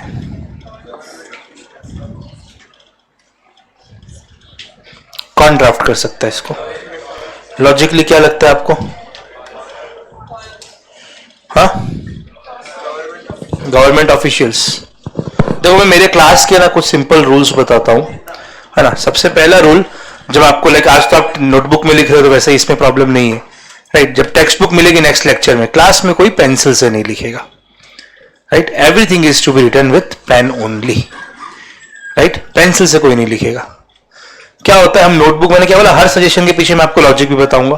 पेंसिल से अभी लिखोगे, एग्जाम सितंबर में, लिखा हुआ आधी चीजें ऐसे ही उड़ जाएगी पेंसिल की। पेंसिल लिखा हुआ एकदम डल हो जाता है, नहीं यकीन होता। आज एक नोटबुक पे कोई चीज लिखो जिसको आप रोज खोलते हो, 3-4 दिन बाद देखना वो आधा डल हो चुका होगा। क्लास में सब कोई पेन से लिखेंगे, राइट। सेकेंड रूल आपके क्लास में अप्लीकेबल है क्योंकि फोन आपके पास रहता ही नहीं है ना, तो वैसे ही सॉल्व हो जाता है। थर्ड, आपको भूख लग रही है, आप मेरे क्लास में बैठ के खा सकते हो, सबको परमिशन है, राइट। क्लास में आराम से बैठो, खाओ, राइट। क्लास में सबसे इंपॉर्टेंट लास्ट रूल कि किसी को चुप नहीं बैठना है। जब मैं कुछ हल्ला नहीं मचाना है। जब मैं कोई चीज पूछ रहा हूं, राइट, 3 कैटेगरी के स्टूडेंट होते हैं। एक जो सही जवाब देते हैं, बहुत अच्छी बात है।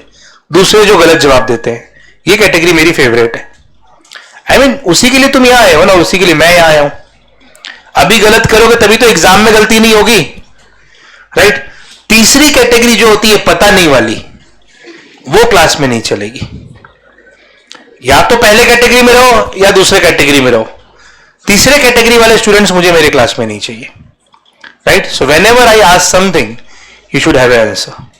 क्या होना चाहिए वो आपको बताना है, क्या होगा वो बताने के लिए तो मैं आया ही हूं, राइट। सही आंसर क्या वो तो मैं बताऊंगा ही आपको।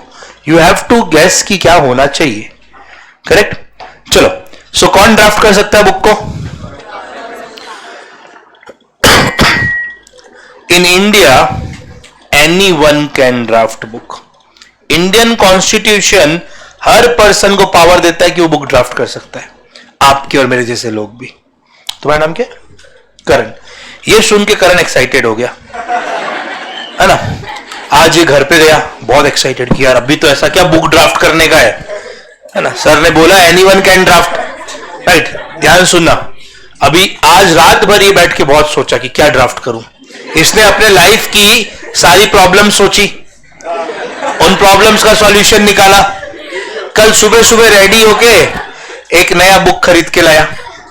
उस बुक में प्रॉपर सारे के सारे सॉल्यूशन को ड्राफ्ट कर लिया, राइट। जानना चाहते हो किस तरह की प्रॉब्लम है इसको? हाँ? सुनो, सबसे पहले ये जब घर से बाहर निकलता है ना, ये सबसे बड़ी प्रॉब्लम इसकी, ये कंफ्यूज रहता है पहले राइट लेग बाहर रखे कि लेफ्ट लेग बाहर रखे। जब ये ड्राइव करने बैठता है ये कंफ्यूज रहता है कि पहले कीबोर्ड पे की लगा ले या पहले सीट बेल्ट पहन ले। इस तरह की छोटी छोटी प्रॉब्लम्स है, राइट। एक दिन इसने बोला बहुत हुआ, लॉ क्या है, रूल्स, कोई लॉजिक थोड़ी ना है कि आज सारे के सारे प्रॉब्लम को सॉल्व करते हैं कि घर से जब भी बाहर निकलेंगे राइट लेग बाहर निकालेंगे, राइट। जब भी कार में बैठोगे सबसे पहले सीट बेल्ट लगाओगे, राइट। जब भी खाना खाने बैठोगे सबसे पहले तारक मेहता चालू करोगे, राइट। इसने इस तरीके से सारे के सारे रूल्स को ड्राफ्ट कर लिया, राइट। एंड ड्राफ्ट करके इस बुक को लेके पार्लियामेंट के बाहर पहुंच गया। पार्लियामेंट के गार्ड ने इसको रोका, ये उन पे हंस रहा है कि नादान, देखो मैंने बुक ड्राफ्ट की है, इंडियन कॉन्स्टिट्यूशन ने मुझे पावर दिया एनीवन कैन ड्राफ्ट, और ड्राफ्ट करने के बाद इस बुक को पार्लियामेंट में प्रेजेंट करना है। क्या लगता है पार्लियामेंट के गार्ड इसके साथ क्या करेंगे? थोड़ा प्रैक्टिकली सोचते हैं पार्लियामेंट के गार्ड इसके साथ क्या करेंगे। मैं 3 ऑप्शन देता हूं। पहला, अंदर जाने देंगे। दूसरा, इज्जत से मना कर देंगे। तीसरा, धक्के मार के भेज देंगे। थर्ड ऑप्शन पक्का? ये जो तेरे थर्ड ऑप्शन बोल रहे ना सच्चे दोस्त हैं, राइट। अब समझो एक बात, प्रैक्टिकली थोड़ा बोलना मेरे को, लॉजिकली नहीं, थोड़ा प्रैक्टिकली सोच के बोला। लीगली क्या होना चाहिए बाहर में जाए वो मैं बताऊंगा, तुम थोड़ा प्रैक्टिकली बताओ मुझे। करण को जो प्रॉब्लम्स हो रही है जिसका इसने सॉल्यूशन निकाला है, यही प्रॉब्लम्स अगर मुकेश अंबानी को हो रही होती और करण के जगह ये बुक मुकेश अंबानी ड्राफ्ट करके पार्लियामेंट में ले गए होते, अगेन 3 ऑप्शन, पार्लियामेंट के गार्ड्स क्या किए होते? प्रैक्टिकली क्या? हाँ, क्यों करण की इज्जत नहीं है? इसको तुम अंदर नहीं घुसने दे रहे, धक्के मार के निकालो। मुकेश अंबानी को प्यार से भी मत निकालो, बोल रहे हो अंदर लेके जाएंगे। प्रैक्टिकली यही होगा, and that's the real situation. Constitution ने आपको पावर दिया है to draft, not the power to present. Constitution ने हर पर्सन को पावर दिया कि आप किसी भी प्रॉब्लम के सॉल्यूशन को ड्राफ्ट कर सकते हो, पर प्रैक्टिकली आपकी कोई सोसाइटियल प्रेजेंस होनी चाहिए ताकि ये ड्राफ्ट को आप प्रेजेंट कर सको, राइट। इसका एक रियल लाइफ एग्जांपल बताऊं। इंडिया में 2 लॉ एक कॉमन मैन ने, आपके और मेरे जैसे इंसान ने ड्राफ्ट किया है। पहला लॉ है RTI act, right to information, right. दूसरा लोकपाल बिल। ये लॉ बन नहीं पाया, बिल पे रह गया। अभी आगे जाके हम समझेंगे बिल क्या होता है, एक्ट क्या होता है, राइट। हम तो जस्ट चालू किए प्रोसेस, राइट। ये दोनों ड्राफ्ट किया था मिस्टर अरविंद केजरीवाल, सर लेकिन वो तो दिल्ली के सीएम है, वो तो गवर्नमेंट के पार्ट हो गए, वो आज सीएम है। जब उन्होंने ड्राफ्ट किया था वो कोई पोजीशन पे नहीं थे, आपके मेरे जैसे लोग थे, राइट? पर he was having that societal presence, जैसे Mukesh Ambani is having that societal presence कि अगर वो कोई चीज को ड्राफ्ट करे तो पार्लियामेंट तक पहुंच जाएगा। करेक्ट? कोई कंफ्यूजन है इसमें? सो ध्यान रखना, कॉन्स्टिट्यूशन हमें पावर देता है to draft, not the power to present. Sure? चलिए, अब जब पार्लियामेंट में प्रेजेंट किया जाएगा ना, वापिस हमारे मेन टॉपिक पे आते हैं। पार्लियामेंट में जब प्रेजेंट किया जाएगा, पार्लियामेंट पे होगा इसका फर्स्ट रीडिंग, राइट? पार्लियामेंट के सेशन देखे हो कभी यूट्यूब पे? मतलब अभी आफ्टर 2014 तो बहुत अच्छे डिसेंट सेशन होने लग गए। कभी यूट्यूब पे सर्च करना पार्लियामेंट के सेशन बिफोर 2014 के, राइट? कांग्रेस वाला जो रिजाइन चल रहा था ना, लॉन्ग रिजाइन, उसके देखना। आधे लोग सो रहे होते, आधे लोग कुर्सियां तोड़ रहे होते, आधे लोग मारपीट कर रहे होते। अभी तो बहुत डिसेंट सेशन होते हैं। और ज्यादा से ज्यादा अभी क्या होता है, राहुल गांधी आके मोदी जी को हक कर लेता है, राइट? एक आध जन आंख मार रहे होते हैं, राइट? पर पहले तोड़ फोड़, लड़ाई झगड़े सब हो रहे होते थे पार्लियामेंट पे, राइट? तो इस सेशन में क्या होगा? ये सब कुछ भी नहीं, ना कोई कुर्सी तोड़ेगा, राइट? ना कोई किसी को हक करेगा, चुपचाप इसकी फर्स्ट रीडिंग होगी। फर्स्ट रीडिंग में क्या होता है? Word to word, cover to cover, सिर्फ और सिर्फ इस पूरे ड्राफ्ट को रीड किया जाएगा।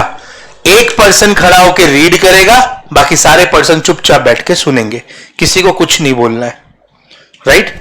फर्स्ट रीडिंग के बाद इस ड्राफ्ट को हम पोस्ट कर देते हैं फॉर पब्लिक कमेंट्स। देखो, नाम पब्लिक कमेंट्स है, आप और हम कौन होते हैं कमेंट्स करने वाले? हमें नॉलेज है क्या? जिस मैटर पे लॉ बन रहा है हमें कितना ही नॉलेज होगा उसके बारे में, करेक्ट? तो जब पोस्ट करते हैं हम फॉर पब्लिक कमेंट्स, नाम पब्लिक कमेंट्स है, पर इस पे कमेंट कौन करता है? सबसे पहले मेंबर्स ऑफ पार्लियामेंट्स। ये यहां बैठे जो चुपचाप सुन रहे थे ना, जो बोलना है आप बोलो। Second, experts by invitation. मतलब एमपीस को इन्विटेशन देने की जरूरत नहीं है, उनके पास पावर है, वो कमेंट करेंगे, पर एक्सपर्ट्स को इनवाइट करना पड़ेगा। जैसे जब कंपनीज एक्ट 2013 आया था तो मुकेश अंबानी जी को इनवाइट किया गया था कि भाई आप लोग को फॉलो करना, आप फील्ड के एक्सपर्ट, आप बताओ क्या कमेंट होना चाहिए। जब जीएसटी आया तब एक्सपर्ट्स को, मुकेश अंबानी को, गौतम अडानी को बुलाया गया था कि आप कमेंट करो, राइट? सो एक्सपर्ट्स को बाय इन्विटेशन एंड एमपीस को बाय कॉन्स्टिट्यूशन पावर है कि आप आके कमेंट करोगे। पक्का?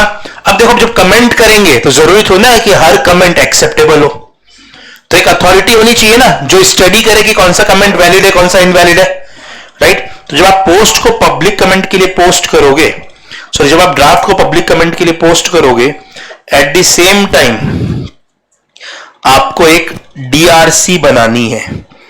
DRC is formed. DRC stands for draft review committee. DRC का दो काम है। सबसे पहले इन्हें एक्सेप्ट करना है कमेंट्स को, एंड रिव्यू इट। एक्सेप्ट करके रिव्यू करो कमेंट को, फिर जो कमेंट आपको एक्सेप्टेबल लग रहे हैं उन्हें अप्रूव करो, और जो नॉन एक्सेप्टेबल लग रहे हैं उन्हें रिजेक्ट करो। यह कमेटी बहुत एक्सपर्ट्स लोगों की बनाई जाती है, जरूरी नहीं कि इस कमेटी में मिनिस्टर्स हो। कई बार ऐसा रहा कुछ लॉ के लिए कमेटी में मिनिस्टर्स रहे ही नहीं है, राइट? अलग अलग इंडस्ट्री एक्सपर्ट्स को इंक्लूड किया जाता है इस कमेटी में, करेक्ट? क्योंकि ये कमेटी सबसे इंपॉर्टेंट है, बिकॉज जो भी आपने पोस्ट किया उस पर रिव्यूज यही तो जज करने वाले हैं, करेक्ट? अब कहना से हमारे पास 3 सेट ऑफ डॉक्यूमेंट्स हो गए। सबसे पहला ये जो आपने पब्लिक कमेंट के लिए पोस्ट किया था, दूसरा जो अप्रूव हुआ, तीसरा जो रिजेक्ट हुआ। कहना से ये 3 सेट ऑफ डॉक्यूमेंट्स है हमारे पास, ये 1, ये 2 और ये 3। 3 सेट ऑफ डॉक्यूमेंट्स है। अब हम 1 और 2 को मिला के एक फ्रेश डॉक्यूमेंट बना लेंगे जिसे हम बोलेंगे फाइनल ड्राफ्ट। क्या बोलेंगे? Final draft. पक्का? और 3 वाले को साइड कर देंगे, रिजेक्ट वाले को। और इसी फाइनल ड्राफ्ट का दूसरा नाम होता है बिल। तो जो हम बोलते हैं ना पार्लियामेंट में बिल पास हो गया, बिल फेल हो गया, this is the bill, Lokpal bill. यहीं पे बिल बन के रह गया, राइट? एक बार यहां तक का प्रोसेस बताता हूं, फिर आगे चलेंगे। सब प्रॉब्लम थी, प्रॉब्लम को सॉल्व किया, उस सॉल्यूशन को बुक में ड्राफ्ट किया, उस बुक को पार्लियामेंट में प्रेजेंट किया, पार्लियामेंट में क्या हुआ? उसका first reading, word to word, cover to cover, no discussion. फिर उस रीडिंग के बाद उस पोस्ट ड्राफ्ट को हमने क्या किया? पब्लिक कमेंट्स के लिए पोस्ट कर दिया। पब्लिक से कमेंट्स आएंगे, ड्राफ्ट रिव्यू कमेटी क्या करेगी? कमेंट्स को एक्सेप्ट करेगी, फिर स्टडी करेगी, स्टडी करके अप्रूव या reject. Approved comment and original draft मिलके क्या बन जाएगा? Final draft. फाइनल ड्राफ्ट का दूसरा नाम क्या है? बिल। अब इस बिल को हम लेके जाएंगे to the lower house of parliament. ये बताएगा मुझे लोअर हाउस ऑफ पार्लियामेंट क्या है? लोकसभा, जिसे हम हाउस ऑफ पीपल भी बोलते हैं। लोकसभा में कौन से लोग बैठते हैं? जब प्राइम मिनिस्टर इलेक्शन होता है कंट्री में जो चल रहा है अभी, तब हम मोदी जी के लिए वोट थोड़ी ना देते हैं, मतलब प्राइम मिनिस्टर कैंडिडेट के लिए वोट थोड़ी ना देते हैं। हम वोट देते हैं हमारे एरिया से जो कैंडिडेट कंटेस्ट कर रहा है इलेक्शन, राइट? कई बार आपको लाइक न्यूज़पेपर में भी ये हेडलाइन मिलेगा which is legally wrong line, कि let's say Narendra Modi has been elected as the prime minister of the country. Prime minister is never elected, MPs are elected, right? तो एक बार India today का शायद line था, उन्होंने थोड़ा इंप्रोवाइज किया। Narendra Modi has been selected as the prime minister by 140 crore Indians. Prime minister is never selected by Indians. We Indians as a citizen of India are having power to elect first of all and not to select, right? हमारे पास power है elect करने का, हम vote देके जिता सकते हैं, हम डिसाइड नहीं कर सकते कि भाई तुम पीएम बन जाओ, right? We have power to elect the members of parliament and prime minister is selected but not by us, by the party having maximum number of MPs, right? So अगर आप न्यूज़पेपर में statement देखो कि Narendra Modi has been elected as the prime minister, ये statement गलत है। आप अगर ये स्टेटमेंट देखो Narendra Modi has been selected as the prime minister by the Indian people, ये स्टेटमेंट भी गलत है। लीगली करेक्ट स्टेटमेंट क्या है? MPs are elected and prime minister is selected by the party having maximum number of MPs। पक्का हमारे power में थोड़ी ना कि प्राइम मिनिस्टर कौन बनेगा, हम तो MPs के लिए वोट देते हैं, करेक्ट? सो जब MPs के लिए जिनको हमने वोट दिया है ना, वो जीत के लोकसभा में बैठते हैं। पक्का? जब यहां से अप्रूव हो जाएगा तो फिर ये जाएगा upper house of parliament. Upper house of parliament यानी कि राज्य सभा, जिसको हम हाउस ऑफ स्टेट्स भी बोलते हैं। क्या बोलते हैं दूसरा नाम? House of states. सो यहां पे कौन से लोग बैठते हैं? These are usually the experts जिनके लिए हम वोट नहीं करते हैं। कुछ ऐसे लोग होते हैं जिन्हें गवर्नमेंट को लगता है कि गवर्नमेंट का पार्ट होना चाहिए, राइट? पर वो लोग यूजुअली इलेक्शंस नहीं लड़ते। पर हमें लगता है, हमें मतलब गवर्नमेंट को, कि अगर ये लोग हमारे साथ होंगे ना तो कंट्री के ग्रोथ में बहुत अच्छा रहेगा, कंट्री की ग्रोथ के लिए अच्छा रहेगा, कंट्री बहुत डेवलप करेगा, राइट? उन्हें हम गवर्नमेंट का पार्ट बनाना चाहते हैं, पर वो इलेक्शन लड़ नहीं रहे। क्या करें? उन्हें आप राज्यसभा से MP बना सकते हो, राइट? 2014 से पहले राज्यसभा एक ऑनरी पोस्ट बन गया था, राइट? कि किसी को भी कंट्री में इज्जत देनी है ना, राज्यसभा का मेंबर बना दो।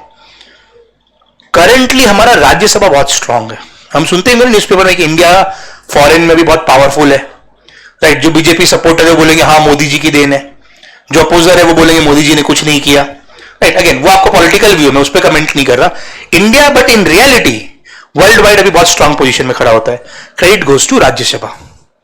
इसलिए कि अब हमारी टीम जब जीतती है, कैप्टन थोड़ी ना अकेले जिताता है, पर एक लीडर अच्छा होना, कैप्टन अच्छा होना जरूरी है ना, ताकि टीम मोटिवेटेड रहे। So prime minister is that leader. पीछे जो राज्यसभा है ये एक्चुअल वर्क करती है। हमारे current foreign minister S Jaishankar, उनकी स्पीच सुनो, पॉलिसीज देखो, he is from Rajya Sabha, correct. हमारे former prime minister Manmohan Singh ji, he was from Rajya Sabha. As a prime minister वो ज्यादा काम नहीं कर पाए, पर उन्होंने कंट्री के लिए बहुत कुछ किया है। आज हम जितने भी ब्रांडेड कपड़े पहन रहे, ब्रांडेड चीजें यूज कर, it's all because of him. आपने पढ़ा ही होगा ना ओसी में, LPG, liquidization, privatization, globalization, right. So Rajya Sabha country के लिए बहुत पावरफुल, बहुत इंपॉर्टेंट होता है। करेंटली हमारा राज्यसभा बहुत इंपॉर्टेंट है, बहुत स्ट्रांग है। पहले कैसा राज्यसभा होता था? राज्यसभा में सचिन तेंदुलकर था, मतलब नो डाउट ब्रिलियंट क्रिकेटर, तुमसे बेस्ट कोई नहीं है, गॉड ऑफ क्रिकेट। पर राज्यसभा में तुम्हारा क्या काम, पॉलिटिक्स में तुम्हारा क्या काम? वहां क्रिकेट थोड़ी ना खेलना है। लता मंगेशकर, उनके जैसे सिंगर नहीं है, पर राज्यसभा में गाने थोड़ी ना गाने हैं, कंट्री गाने गा के थोड़ी ना चलेगी, राइट। बट करेंटली इस चीज को हटा दिया गया। करेंटली हमारे राज्यसभा में एक्चुअली बहुत अच्छे लोग हैं, जैसे Piyush Goyal, CA Piyush Goyal, right, brilliant chartered accountant, all India rank second, right, 1993 batch. But अभी अभी अब इस बार वो इलेक्शन लड़ रहे हैं for the first time in his life. अभी तक हमेशा वो गवर्नमेंट में राज्यसभा से रहे, for the first time he is contesting election. जो इलेक्शन हो रहा है अभी हमारा मुंबई से लड़ रहे हो, मुंबई नॉर्थ से, करेक्ट। सो लोकसभा में आते हैं वैसे लोग जिन्हें हम वोट देके पहुंचाते हैं, राज्यसभा में यूजुअली एक्सपर्ट्स आते हैं, पक्का। चलिए, लोकसभा जब अप्रूव हो जाएगा तब राज्यसभा चले जाएगा, राज्यसभा से अप्रूव होने के बाद ये चले जाएगा to the first person of India. कोई बताएगा कौन होता है? प्रेसिडेंट, यानी कि प्रेसिडेंट। और प्रेसिडेंट फिर इस बिल के ऊपर साइन करते हैं। जैसे ही प्रेसिडेंट ने बिल के ऊपर साइन किया ना, ये बिल बन जाता है एक्ट। पर सर हम तो पढ़ रहे थे लॉ कैसे बनता है। जब तक मैं आपको डिफरेंस ना बताऊं तब तक ये मान लो लॉ और एक्ट सेम है, पक्का, राइट। नेक्स्ट लेक्चर में हम सीखेंगे डिफरेंस क्या होता है, तब तक आपको क्या मानना है, लॉ और एक्ट सेम होता है, पक्का। ये पूरा प्रोसेस हमें समझ में आया लॉ कैसे बनता है। पर हमारा टॉपिक लॉ कैसे बनता है वो नहीं था, हम तो एक्चुअली समझ रहे थे कि लॉ को हमें इंप्लीमेंट करवाना है। इंप्लीमेंट करवाने के लिए पहले हमें समझना पड़ा कि बनेगा कैसे, राइट। सो जब ये लॉ बन गया, लॉ बनने के बाद इसे इंप्लीमेंट करवाना पड़ेगा। इंप्लीमेंट करवाने के लिए इसे पब्लिश करना पड़ता है टू सिटीजन्स। सर सिटीजन्स को पब्लिश कैसे करें? मोदी जी का जैसे बड़ा चिल तरीका है, रात को 8 बजे आएंगे दूरदर्शन पे, आके बात बता देंगे क्या करना है। पर क्या मोदी जी दूरदर्शन पे आके कम्युनिकेट कर देते हैं, is that the official communication by government of the country to the citizens of the country? The answer is no. मतलब बहुत अच्छा तरीका है वो, बट इसके पहले किसी पीएम ने नहीं किया। उसके पहले रेडियो वगैरह भी थे, पर ऐसे आके डायरेक्टली प्राइम मिनिस्टर कम्युनिकेट नहीं करते थे, वो मीडिया के थ्रू, प्रेस के थ्रू, न्यूज के थ्रू कम्युनिकेशन करवाते थे, राइट।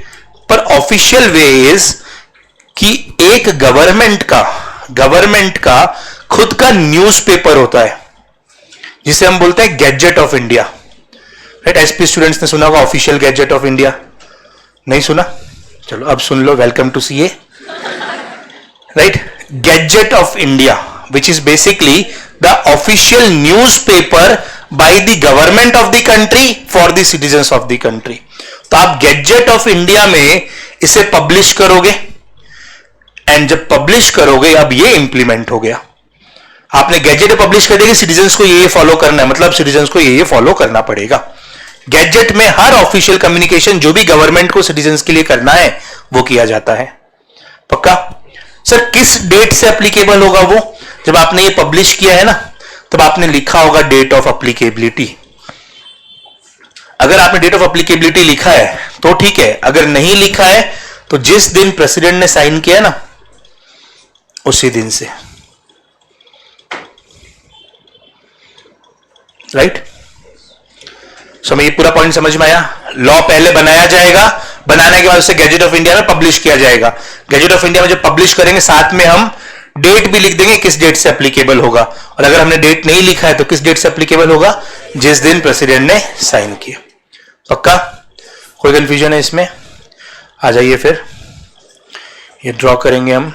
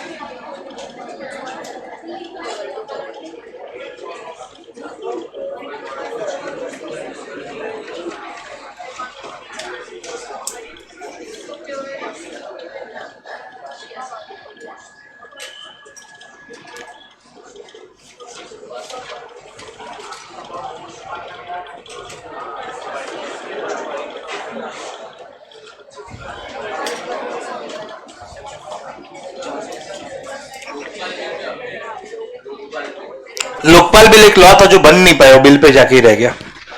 लोकपाल बिल में बहुत सारी चीजें थी, अन्ना हजारे उसी के लिए तो प्रोटेस्ट कर रहे थे कि इंडिया में किस तरीके से कॉन्स्टिट्यूशन में चेंजेस लाए जाए, किस तरीके से मतलब बेसिकली करप्शन को कंट्रोल किया जाए, किस तरीके से गवर्नमेंट का फ्लो बदल दिया जाए। क्या कवर टू कवर, मतलब स्टार्टिंग से एंडिंग।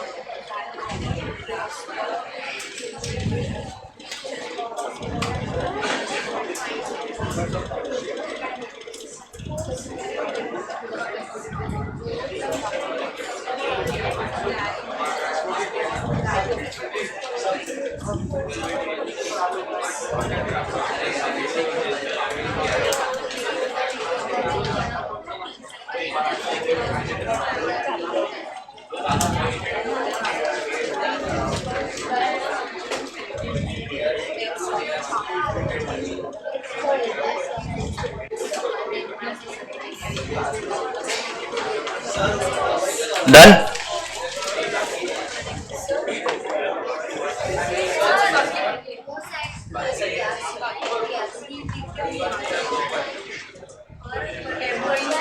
चलो और ऊपर पड़ोसी की कॉपी से देखो।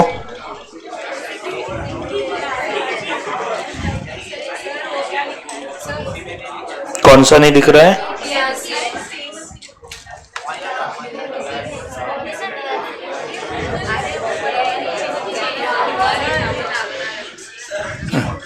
सुनो एक मिनट, ये फर्स्ट लाइन लिखा सबने, problem solution book draft presented in parliament, first reading, first involve post for public comments.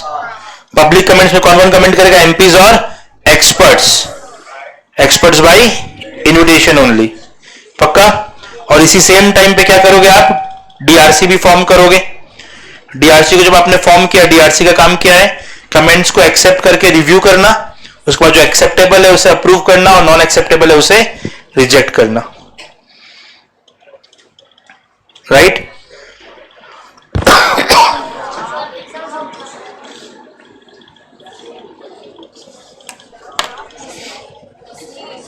Draft review committee,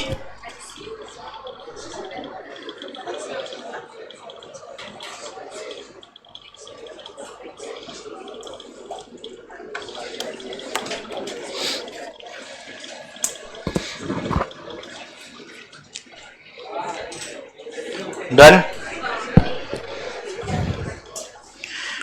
उसके बाद आप इस ड्राफ्ट बिल बन जाएगा, इससे आप लेके जाओगे लोकसभा, लोकसभा के बाद राज्यसभा, राज्यसभा से first person of the country, कहां पे, फाइनल ड्राफ्ट का दूसरा नाम क्या है, बिल। फिर उस बिल को आप लेके जाओ लोकसभा, फिर राज्यसभा, राज्यसभा से first person of India that is president, and finally उसे आप पब्लिश कर दोगे गैजेट ऑफ इंडिया में।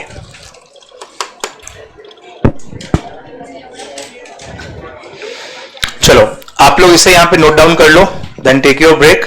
नेक्स्ट लेक्चर हम इसे यहां से कंटिन्यू करेंगे। राइट, जो आपको पैराग्राफ लिखना है वो अभी प्रोसेस खत्म नहीं हुआ, इतना आसान थोड़ा ना लॉ बनना, इतना आसानी से बन गया होता लॉ तो फिर बात ही क्या थी, क्यों जीएसटी बनने में 10 साल लगता। राइट, 10 साल लगा था जीएसटी बनने में। कंपनीज एक्ट 2013, एसपी वाले स्टूडेंट नाम तो सुना ही होगा, उसको बनने में 10 साल लगे। राइट, चलिए सो आज के लिए इतना ही, आप लोग इसे लिख लीजिए, नेक्स्ट लेक्चर में हम इस प्रोसेस को कंटिन्यू करेंगे।